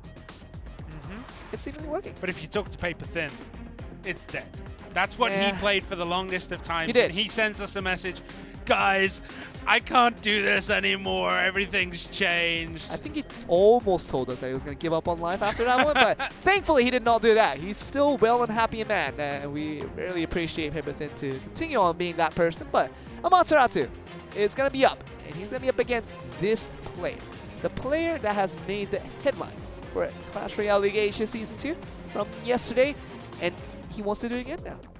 Yeah, Amaterasu, his 1v1, he's actually 0-1. I said he's been doing well. He does play great games. He's played a lot of good 2v2s. But his results just are not showing the kind of style of play that we see from him. TNT, on the other hand, came in, what, 2 weeks ago? And it's 2-1 in 1v1. He did lose his first one to Master Hong, who never loses ever unless it's Expo Master. And he did lose. He did lose one game. He lost that first game, And remember? since then, he has actually won 2-0, 2-0. He did. So, right now, he's only lost one single game, TNT, and he has won everything else. Yes. That's quite brilliant. Well, that's what they hired him for. That's what they needed him for. And They you know, needed him to carry this team to victory. When you usually hire someone for a job, right, and you expect something out of it, usually they don't deliver. That's the reality of humanity, right? But TNT is delivering exactly what OGN wanted him to do. Literally, single-handedly carry his team to victory. Usually there's an adjustment period as they get used to it. TNT had that adjustment period when he lost to Master Hong. Sure. And since then he's just been like, yeah, all right, I'll just win everything. And we do see the Goblin Giant now, though. if we see the Sparky with this, oh my god, I knew it! It's the Sparky Goblin Giant. I told you this is trending in ladder, and I laughed at you when you said that, but now I've been Who's proven laughing wrong. now? This could be the first time Sparky loses in Clash Royale League Come Asia. on. Come on. We will see. Sparky doesn't get any good connections there. Yep, not this time. Dark Goblin Good timing. taken out by the Lumberjack. Princess on the other side tries. That was a dodgy one. Could have gone elsewhere. So making sure that he got that correctly. 1865 still on the left tower. Does a pretty good amount of damage from that Lumberjack onto the left side. Yeah, Lumberjack tried to hold on with his axe. Sticks it in the tower as he's being pulled by the tornado. Just gets one scratch there. There you go. One scratch is all you need. But now we're going to see another series of 12 elixir investment. Of course, that no log for Amaterasu, meaning that he has to now go for this all-in with the Sparky and the Goblin Giant. Will he get it done? It's to be seen. The Mega Minion is going to go down, but the Giant Goblin is going to connect to the tower. That's going to start doing a lot of damage. The two Spear Goblins, though, do nothing to that tower. Okay, Sparky kind of held that off for the time being. It will just one-shot the Prince. How many times we can say that? But it definitely has happened. So now looking at Amaterasu, gonna just worry about this Sparky not charging in time, and the Star Goblin does a wonderful job. Yeah, TNT doing a great job making sure that Sparky gets no damage on the tower. And look at the work that he's slowly been doing to that bottom right-hand side tower. Okay, look at this. Obviously, the defense will be there. The Spirit Goblin just to help mitigate the damage and get the tower down to 931. It's really tough for Amaterasu, the fact that he doesn't have a log in this instance, only has the zap, and hasn't been too successful so far, and we'll see what happens from all this. And Lumberjack once again. Yeah, great read on what his opponent had. Amaterasu plays that Mega Minion in the back, knowing the barrel will be coming soon. Will Amaterasu be able to finish this game? The Sparky is in the back. The Giant Goblin gets one, almost 2 punches there. Okay, it's going to get the Prince. This is very important, but now looking at this, literally the last-ditch effort to get all the damage done, and great fireball value right there. TNTN's going to miss out. The Dark Goblin actually connected to the tower instead of going straight for that Lumberjack, meaning 2-4-1 remain. He needs one stab off these Goblins. Fireball instantly closes that out, though. Yeah, he's running out of options here. I think Amaterasu, as great of a player that he is, he's going to get the double Princess shot. 6 elixir worth the trade in that one blow, but Sparky will never reach the tower. TNT knows what's up. It's a disaster. Sparky That's it. loses its 100% win ratio. Wow. As Amaterasu goes down to TNT Wow. in game number 1. I'm heartbroken. I mean, I can no longer say 100% win ratio in Clash Royale League Asia. you know who still has a 100% win rate though after that first loss that he taken? TNT. Well, if he finishes this 2-0, that will be 3 2-0s on the In a row. bounce. Yeah. Oh my. Dios Stitch and Tempura, and adding Amaterasu to that list of players that have been slaughtered, who have been blown up Serial by killer. TNT. Serial killer is what he is right now, TNT. And I mean, to the credit of Amaterasu, he didn't have to log against a log bait deck. I mean, that really makes a huge difference, as we know. But really, on defense, TNT, he did everything right to make sure that Sparky never got a single hit onto the tower. He made sure that Sparky never got value. Everything was always perfectly spaced out. He put the skeleton down, then the Ice Spirit behind it, making sure that, you know, they don't overlap and that the Ice Spirit will reset that Sparky just before it's ready to fire. Then he throws down The log. pushes it away, it's dead, it's gone. Incredible defense by TNT, making sure Sparky got no value. Whew. TNT, I mean, this guy is a real deal. He's The real deal. He is. I mean, he's the best player in Korea, obviously. That is unquestioned upon. He looks heaps better than Expo Master. Oh, I don't know about that. But My bias from CCGS Korea, mate. you're living back in the past. I'm living in the past. I'm an old man. I live in the past. All right? The world is This evolving, Simon. No, it's Accept not. the truth.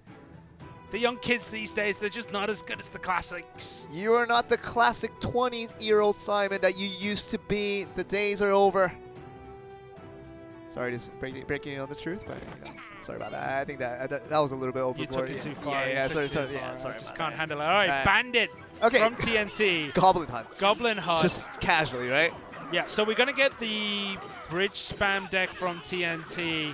Unsure about what we're going to see from Amaterasu with the Goblin Hut coming down.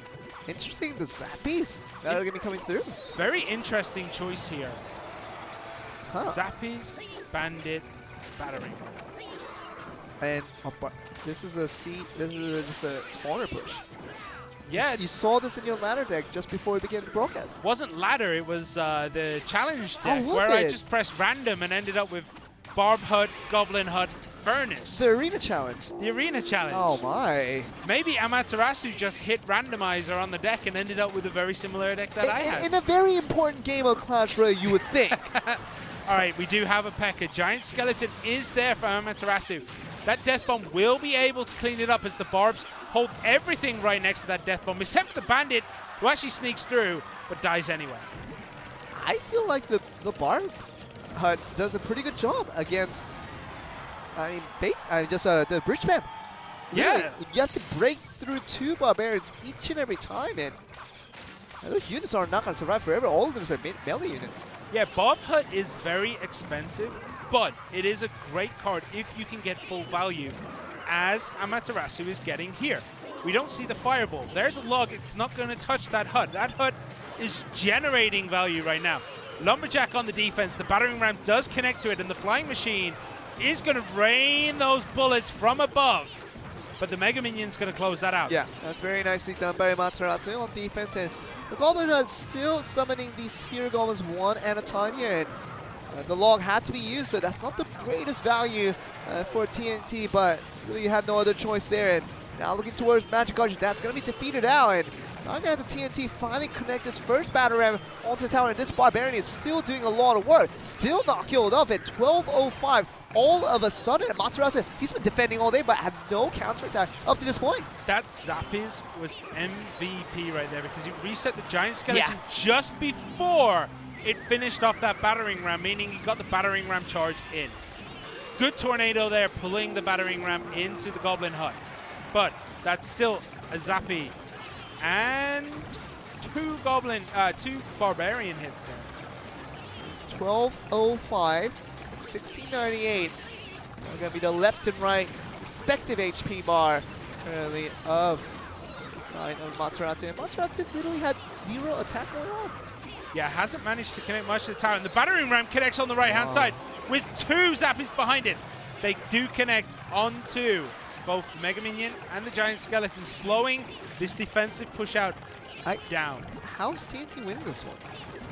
He's just getting value. Every now and then he gets a battering ram charge. He gets, he gets the bandit close. He gets the Zappies. The flying machine just defensively doing a lot of work. He's slowly but surely just eking out little bits of damage the whole time. But it's not a traditional chip. Look at that 4 elixir flying machine literally destroying the Barb Hut. 7 elixir on that summon. Flying Machine is one of those cards that players usually respect by fireballing it instantly. That Pecker is going for the tower. Giant Skeleton summoned just in time, but Bandit, Battering Ram, it's not going to connect to the tower, but 5:03 remain. One of these Barbarians hits that tower. It's almost game over. Nothing done, though. The Lumberjack pushing up. Mega Minion, though, gets 1 hit for Amaterasu. That looks like it's all he's going to get here. Amaterasu is just defending. The pressure is infinite from TNT, and there's no counterattack by Amaterasu. His units die while defending. Yeah, 218 remain, 1 fireball plus a little bit of extra damage, or just the 2 fireballs if you can cycle that quickly and defend at the same time. We'll finish this for TNT. There's the log, fireball to finish it off. There we go, TNT slaying people here today. Oh my God. 2-0. That means his last 3 wins have been 2-0, 2-0, 2-0. If you add the King of the Hill from yesterday, it's 3-0 on that one as well. That means 5. Your mathematics, I can't your count. imagination is like, oh. 7, 9. You almost 9. Is 9 it 9? wins Is in it a row. 9? 9 wins in a row in Clash Royale League Asia without dropping a set. Without dropping a game. You guys are watching professional commentary from Clash Royale League Asia by as I'm sitting here doing the numbers. 2 plus 2 plus 2 plus 1 plus 1 plus. Yeah, it's not. Is it TNT? 6 and 3. TNT just showing his value. Oh my God. I can see why OGN Entus waited on TNT to become old enough to play here. That was phenomenal. He just handled Amaterasu like he was smurfing on an account. That's what I'm saying. Amaterasu is one of the best Japanese players. Japanese players? Yeah. Oh, Amaterasu is one of the best. I thought you said TNT. No, I was like, whoa. Well, Amaterasu is, and everybody respects Amaterasu for what he has accomplished in his career, and he got schooled. He got absolutely schooled by TNT. It felt like one of those games where you're in ladder on a level 9, you're playing level 9, and the other guy's like level 13, level 12, level 13. Yeah. Or he just leveled up the one deck. Everything is max level, and he's still level 9. No, the worst feeling when you are level 12 and you go up against a level 9 player and you get absolutely creamed. That's what happened. That's what happened. That's what happened. I'm scratching my head here, and TNT, is he just another dimension of what a player can do in CRO Asia? He's just sitting right there as if nothing happened. He has made history. I mean, if he all kills GameWith here. Oh my, I'm out. If you say that, You say that. back-to-back all kills. and this would time be- against GameWith. I mean, Detonation Gaming maybe makes sense. It was still impressive, but made sense. Against GameWith, with Shun as the first player up. If he I'm does out. I'm it, out. if he does I'm it, out. yeah, I'm out. everything we know is just. It's just, I will say this: TNT just does everything right. He doesn't do anything flashy. He doesn't do anything different with his decks. He just executes flawlessly. he's one of those players that you don't understand sometimes. It seems like it's going pretty even on both sides, but he ends up winning landslide over his opponent, and you don't know why. Sometimes you put the question marks up in your head, and about TNT, when did he get those victories? I have to think about, process it one information at a time to find out how TNT won those games. He feels like one of those defensive midfielders in football, right? Okay. In soccer, where they're not really a big name. Nobody really knows who they are. Sure. They're not like the Cristiano Ronaldos, the Messis. No. But you will pay 70 million for them because they are just executing everything flawlessly. They're just that guy in the middle of the field doing his job and doing it well. And the fan base would never complain about the management of that one and paying 70 But they won't million. chant his name because he's not He's flashy. behind the scene. He's behind Yeah. the scene kind of guy. It's nuts. He just He's wins. He's a silent killer is what he is. He doesn't make noise, but he ends up destroying and assassinating people along the way. I just don't know how he did that. But his big test comes now. I mean, Shun, if he beats Shun. Zeros, KK. If TNT beats Shun right now the same way he beat Amaterasu, I'm out. I'm out. I don't even need to see the other two games. It's over. Oh, I'll just let you go. You can I- just walk out the door. I'll do everything on my own. I mean, you're used to that. Yeah, true. I'm used to doing everything on my own. No. All right. Seriously, though, Shun versus TNT. This game should be It's hype. explosive. And I'm going to Very say hype. this game will decide this match. Yeah, it will. It will. Yeah, because if TNT loses this one, there's no way that the other members of OGN Entus can come back in this one. There's no way. And But if Shun loses, there's still Zeros and KK. But But- I think that one win will push him. exactly, TNT, you are winning against the best player. If he beats Shun, his other opponents are easier. But we thought that the last game, Tempura and Q going down, Pyrameki is the best 1v1 player in Yeah. that team. But when Expo took out Tempura and Q, it looked like it would just finish right there. Expo Master would take Pyrameki. Slightly different here. TNT has done nothing but win. Exactly. I mean, it's literally the kind of the opposite situation where Pyrameki is their best 1v1 player for Detonation Gaming, and you put him at the last, putting your last penalty kicker at the last position as the fifth kicker. And when compared to being that leadership role to be the first one to kick the ball, this is kind of the situation for Shun and TNT. They put both of their best players as the first man up. So if one of them loses, like you say, it may just decide the King of the Hill. Well, we're going to get into it. Game 1 is ready to start between GameWith, Shun, and OGN Entus, TNT. This is absolutely hype. This is so good. Whoever wins this, Will probably cards on win. the table, will probably win the match. You can go to Bet365 and bet on this one, because after this one, the results will be pretty easy to bet. But oh my goodness, A Shun, zap onto the tower there. The Just log. cycling out 2 elixir each. Bar barrel. okay, so he has the zap and the bar barrel. So This is a very interesting start right now because the placements on things just don't make sense. There's the battering ram. Prince will take it out.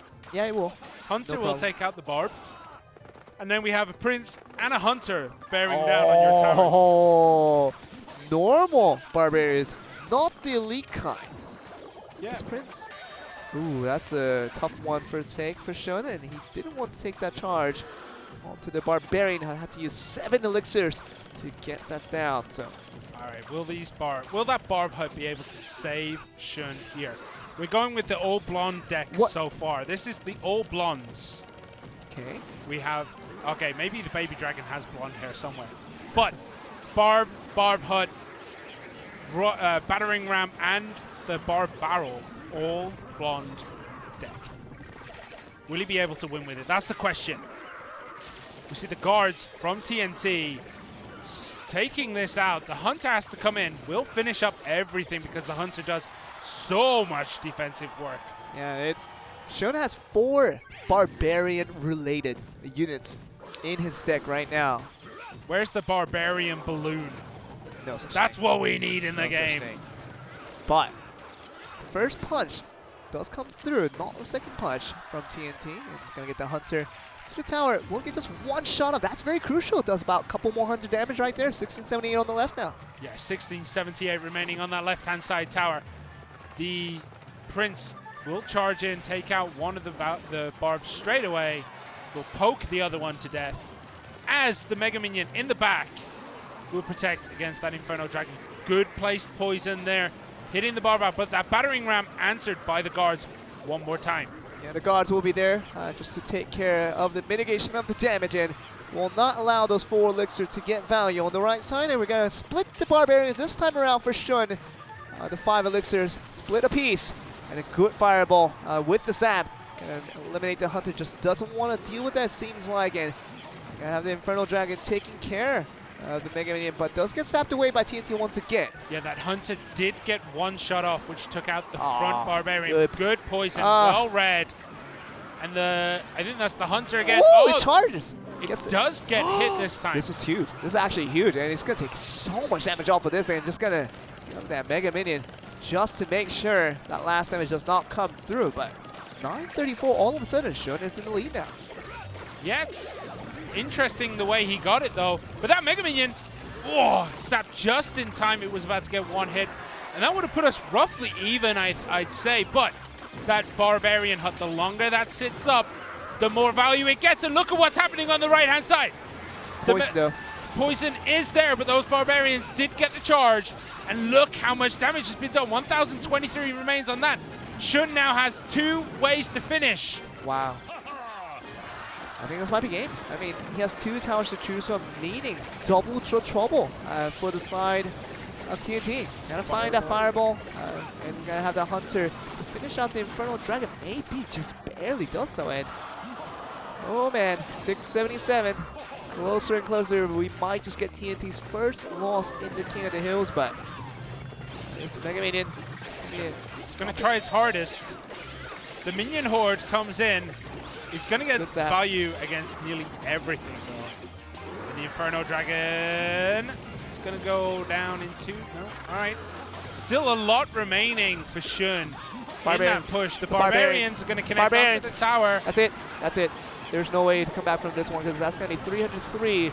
That's going to be a fireball and a couple of zaps away. So any type of damage that Shun can do at this point. 273 down. The Hunter will do everything that's needed. 72. Just 1 swipe. 1 swipe. It's not going to even get it. Shuts it down before it happens. TNT needs a miracle here. Fireball. Just 1 fireball. Yeah, that's why he needs a miracle. It looks as though Shun is waiting for that fireball to rotate into his cycle. Doesn't look like he's got it yet. Shakes his head. There's a zap. Fireball comes in. Wow. Shun is Shun. Shun is Shun. Takes out TNT. And we predicted that that would decide the match. We are going to have to find out if Shun can take out One Crown and then Shadow Spooky. It is, you know, if I put it to PSG standards, this was something like Neymar showing Mbappe how to play football. You got the superstar of Shun, who's already proven himself again and again. Now I'm gonna tell the super rookie how the game is done and clinically taken. Yeah, TNT does lose his first King of the Hill, and it's his first loss in many games. This will One Crown be able to bring it back? Because if I remember correctly, One Crown was also incredibly He was. highly rated. He was. But TNT is clearly better. But I'm getting the funny feeling in my stomach again. The one that I got in game 2, the one that proved to be true, and it's happening again in game 3. What do you think about that, Simon? You know, I think, and I'm going to say this out loud, the wins that OGN Entus have got the last 2 games they've played could have rejuvenated the whole squad.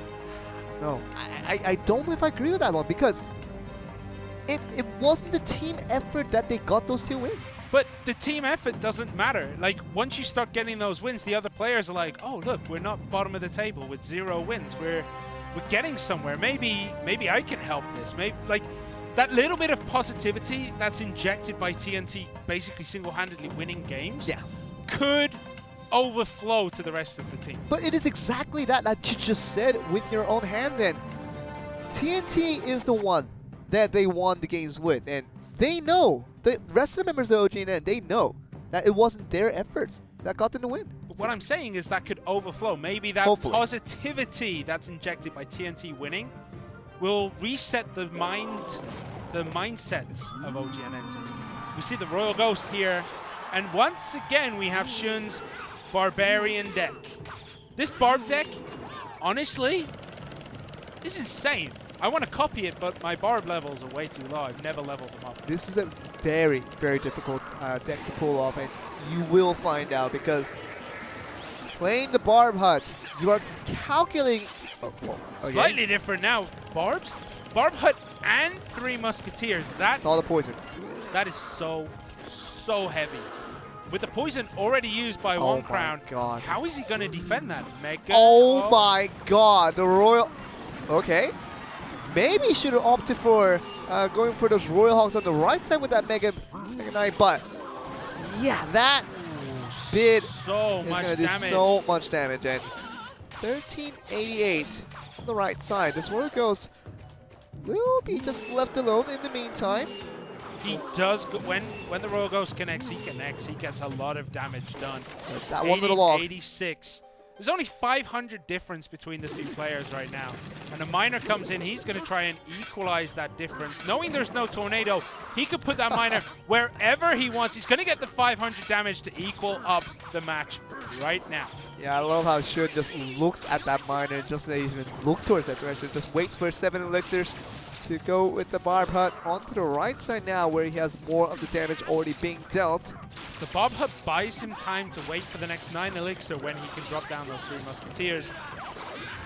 This time, opting for the Rascals. This is a very, very interesting deck. It's a spell bait. It's you're just trying to ban out Log, trying to ban out the poison, and now you're going to get the scenario where the poison now has to be used on the left side, where One Crown would definitely not want this to be used, because you're putting a lot of value on the right side where you've already done a lot of damage, and look at this damage coming on the left side. Even with the poison being dealt, you're using 4 elixirs. The Hogs as well. The Hogs, the Royal Ghost is going to try and answer them. The Mega Knight, though, does so much defensive work on that right-hand side for One Crown.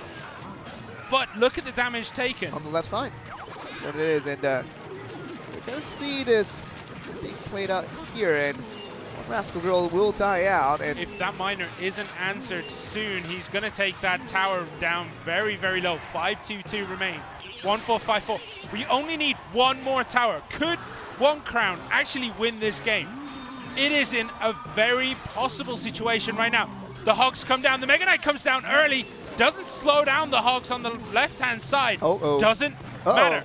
Look what is pushing down on these towers. Mega Knight, Ewiz, Miner, Royal Ghost. The Miner is going to hit 2, 3. The poison is there. Can this Royal Ghost get a hit? No. The Mega Knight on the left side. That's going to be it. And Fireball just barely. The Royal Ghost is going to come in. 1 shot and 2 shot. That should be good enough. And that's going to be One Crown, one of the promised players that we have for OGN Entus. You put that in the pen and you tell me that he was going to win the game, and very much does so against the superstar of Shun. OGN Entus are a revived team. Man, that's a huge statement you're putting out there. Just winning is a revived OGN Entus, but not TNT winning. They have resurrected something that's like 1,000,000 years old. Right. This is nuts. Oh, One Crown there proved why he was hyped at the beginning of the season. Right. He was very hyped up, and for the right reason. I mean, when you can do that against Shun, and even with the just poison and long, obviously very conventional spells to take. But after all, he's using that and knowing that it's basically a spell bait heavy deck from the side of Shonen. Beats him out very clinically, very nicely done. It looked rough. I will say at the beginning, Shun definitely had a decent control. But once One Crown stabilized, he was able to just push through every time, getting damage, regardless of what he was using. That minor getting full value, taking no extra damage, only damage from the Princess Tower, that is a good sign for the player. That's 500-ish damage.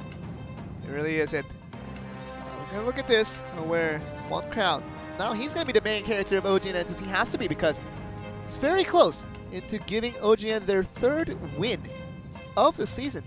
And they will get it in the matter of 3 games straight.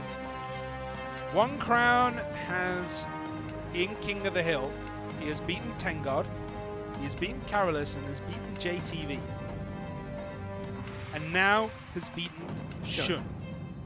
We've always said that even when OGN Entus was 0-8, they never played terribly. There was a lot of games, especially early in the season, where they narrowly lost. It was always very, very close with OGN Entus. Then they went through that period of just getting smashed each week. Now that they're winning, this could be the team to watch out for if they have an extra 4 weeks. We can track back to weeks ago where we were talking about the pre-TNT of OGN Entus when he wasn't in the lineup. It wasn't a One Crown, one-man team. Yeah, we remember it being that situation, but we sort of forget about it because of the prominence that was made by TNT as a single-handed player. But we're not going to see if One Crown can regain his fame by winning these games now. Looks like we're going to see Spellbait here. The thing is, with Tornado banned, that minor suddenly has a whole lot more places it can go, right? It can go in the middle. Oh. Oh my gosh. If Mortar is brought up by One Crown, it's Sparky.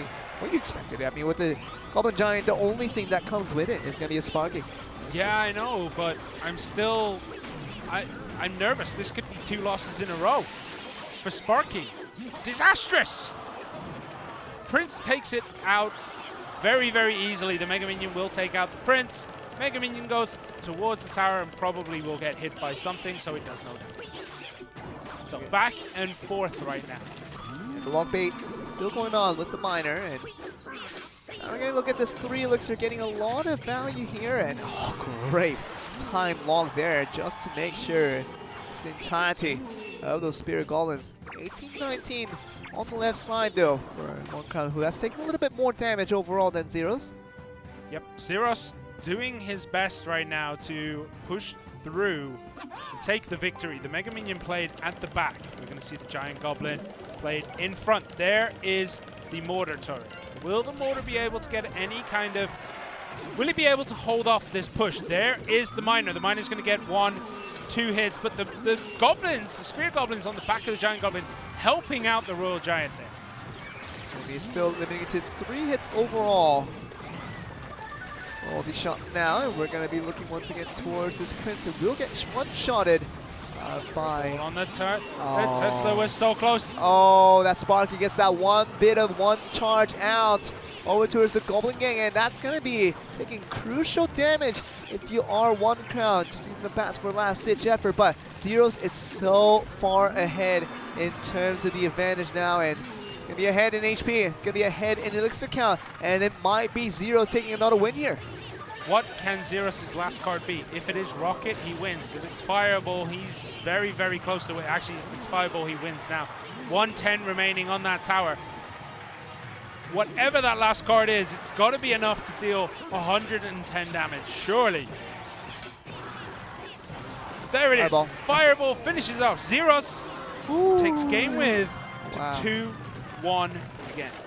Back and forth action, and OGN Entus, they thought they did it. After they defeated Shun, they thought basically they defeated the entirety of GameWith, but you gotta remember, GameWith has pretty good players on the roster, and Zeros, you cannot put him down for his efforts. And oh man, puts down 1 crown in the shelter, and I forgot who's the last man for OGN.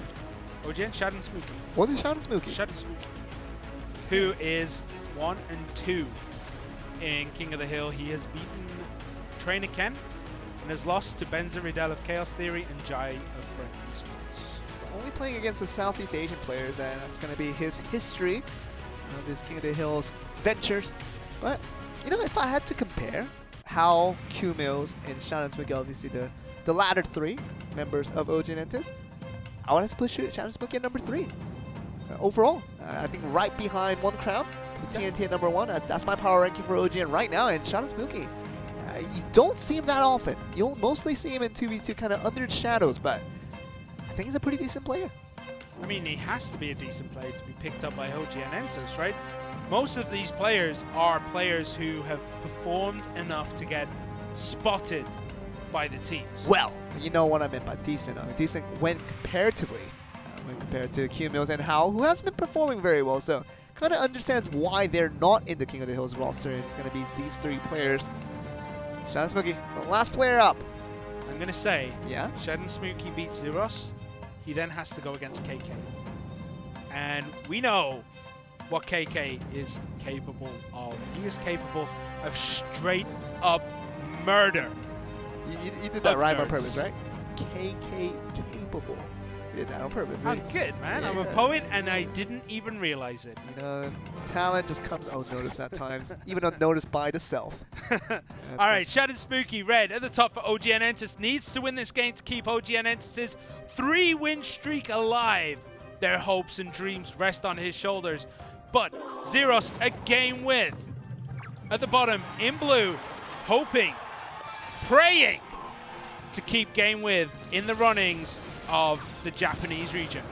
Fireball just getting the Magic Archer along with some damage onto the tower.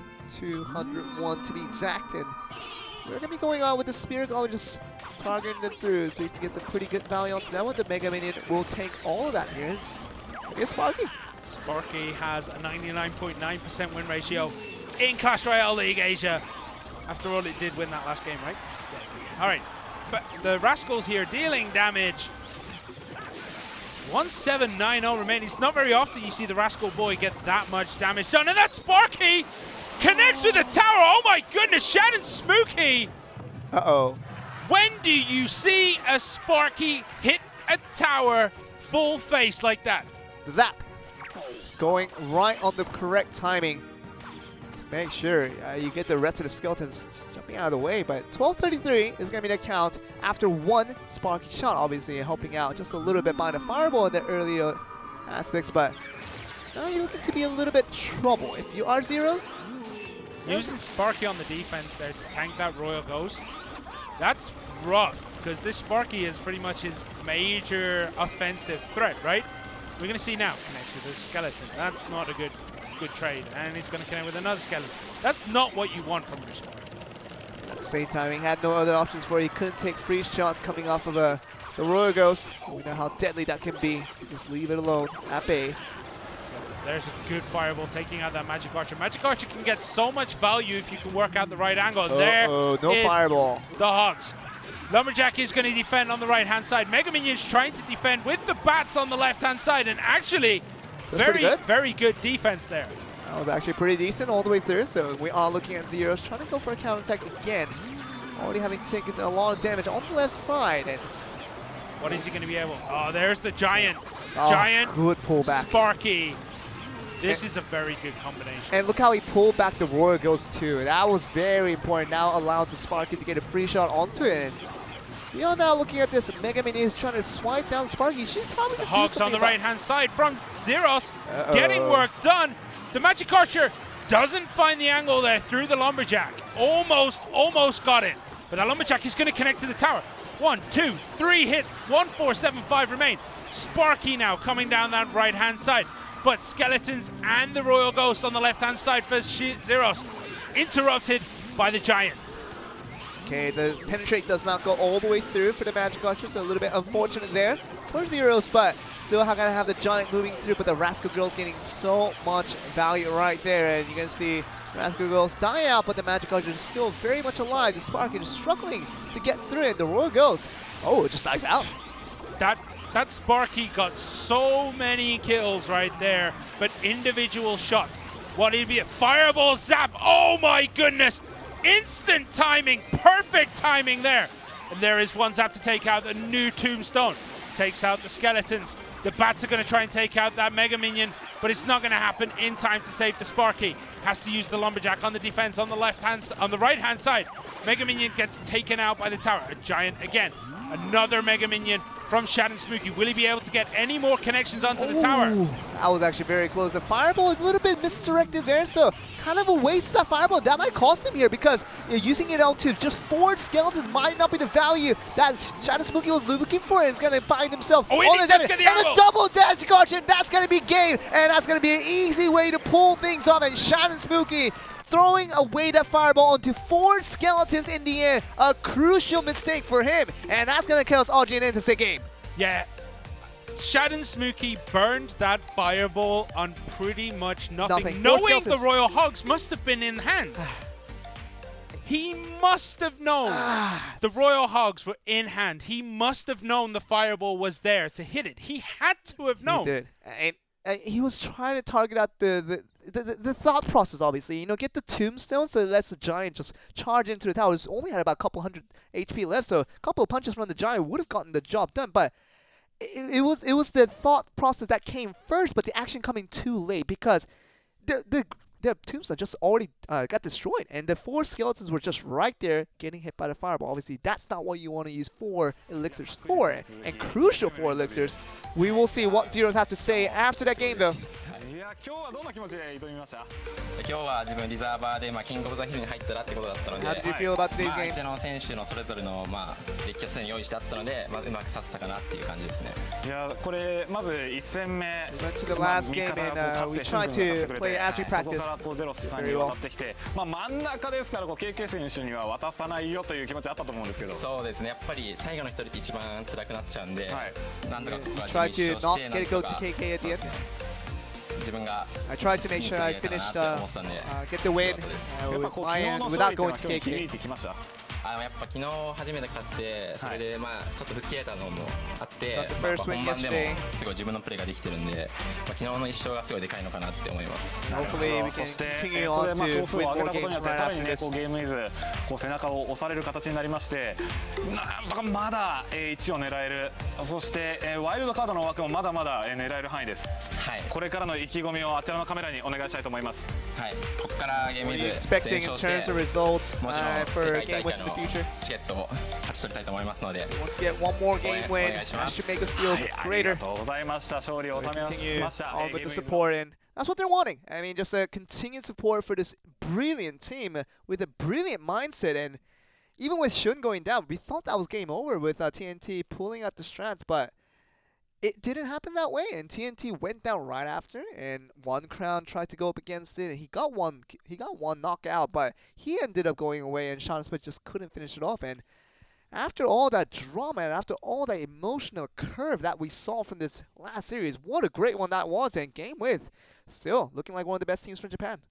Yeah, that puts them 5-4 behind Fav Gaming, who are currently 5-3. Fav Gaming lose tomorrow, they will be tied in second place. But Pono Sports kind of extended that gap at the top of the Japanese region. But one thing to say, with the Korean region losing so much and so often to the other regions, nothing is changing in that region.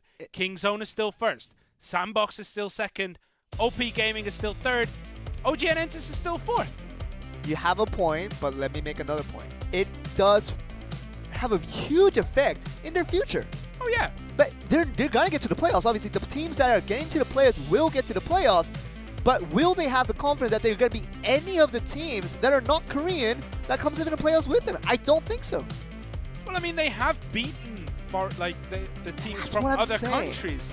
I mean, Kingzone have beaten GameWith. Kingzone have beaten PONOS. It is never good to lose games because it doesn't prove well for your morale going forward in this league, because it's not about getting to the playoffs. You don't get much money off of that. You don't get much fame off of that. It's about getting to the finals and eventually winning the finals to call yourself the champions of CRL Asia. But you can't do that when you lose every game against every other region, which is Japan, Southeast Asia right now.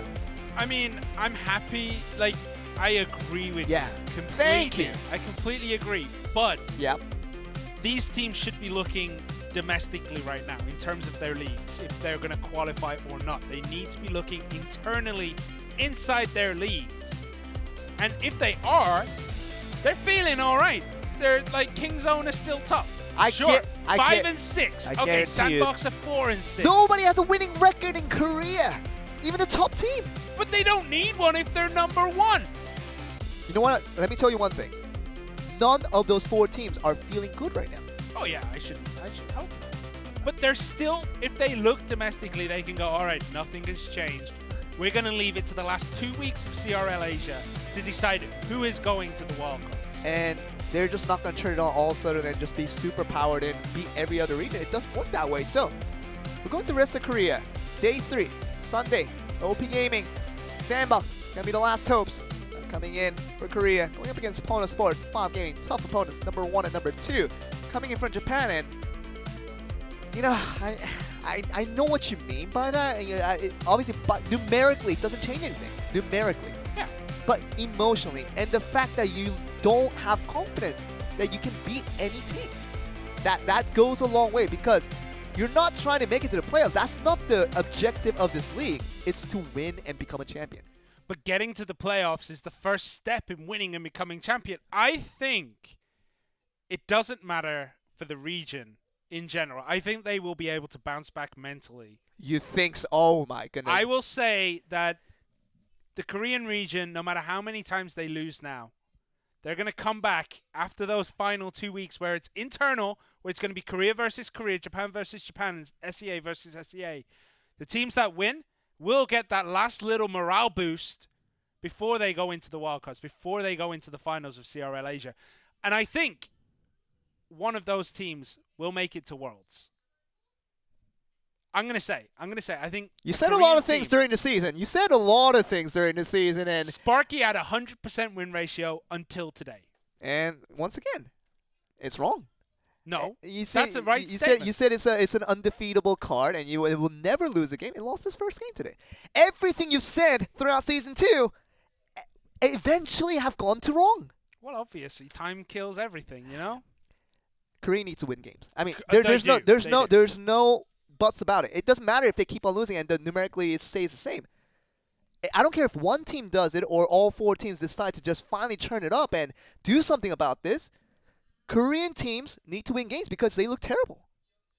In the seriousness of all of this, it does change a lot of things, because the more and more they lose this game, the more and more they lose their chance of revitalizing and coming back into this league here.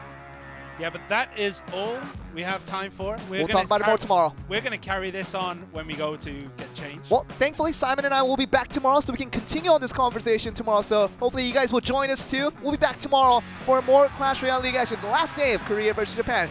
We'll be back tomorrow, so don't go anywhere. We'll be right back after this. Let's come and join us tomorrow. That's all I really want to say. It's all right. But we'll see you tomorrow, guys. We'll join you for more Clash Royale League action.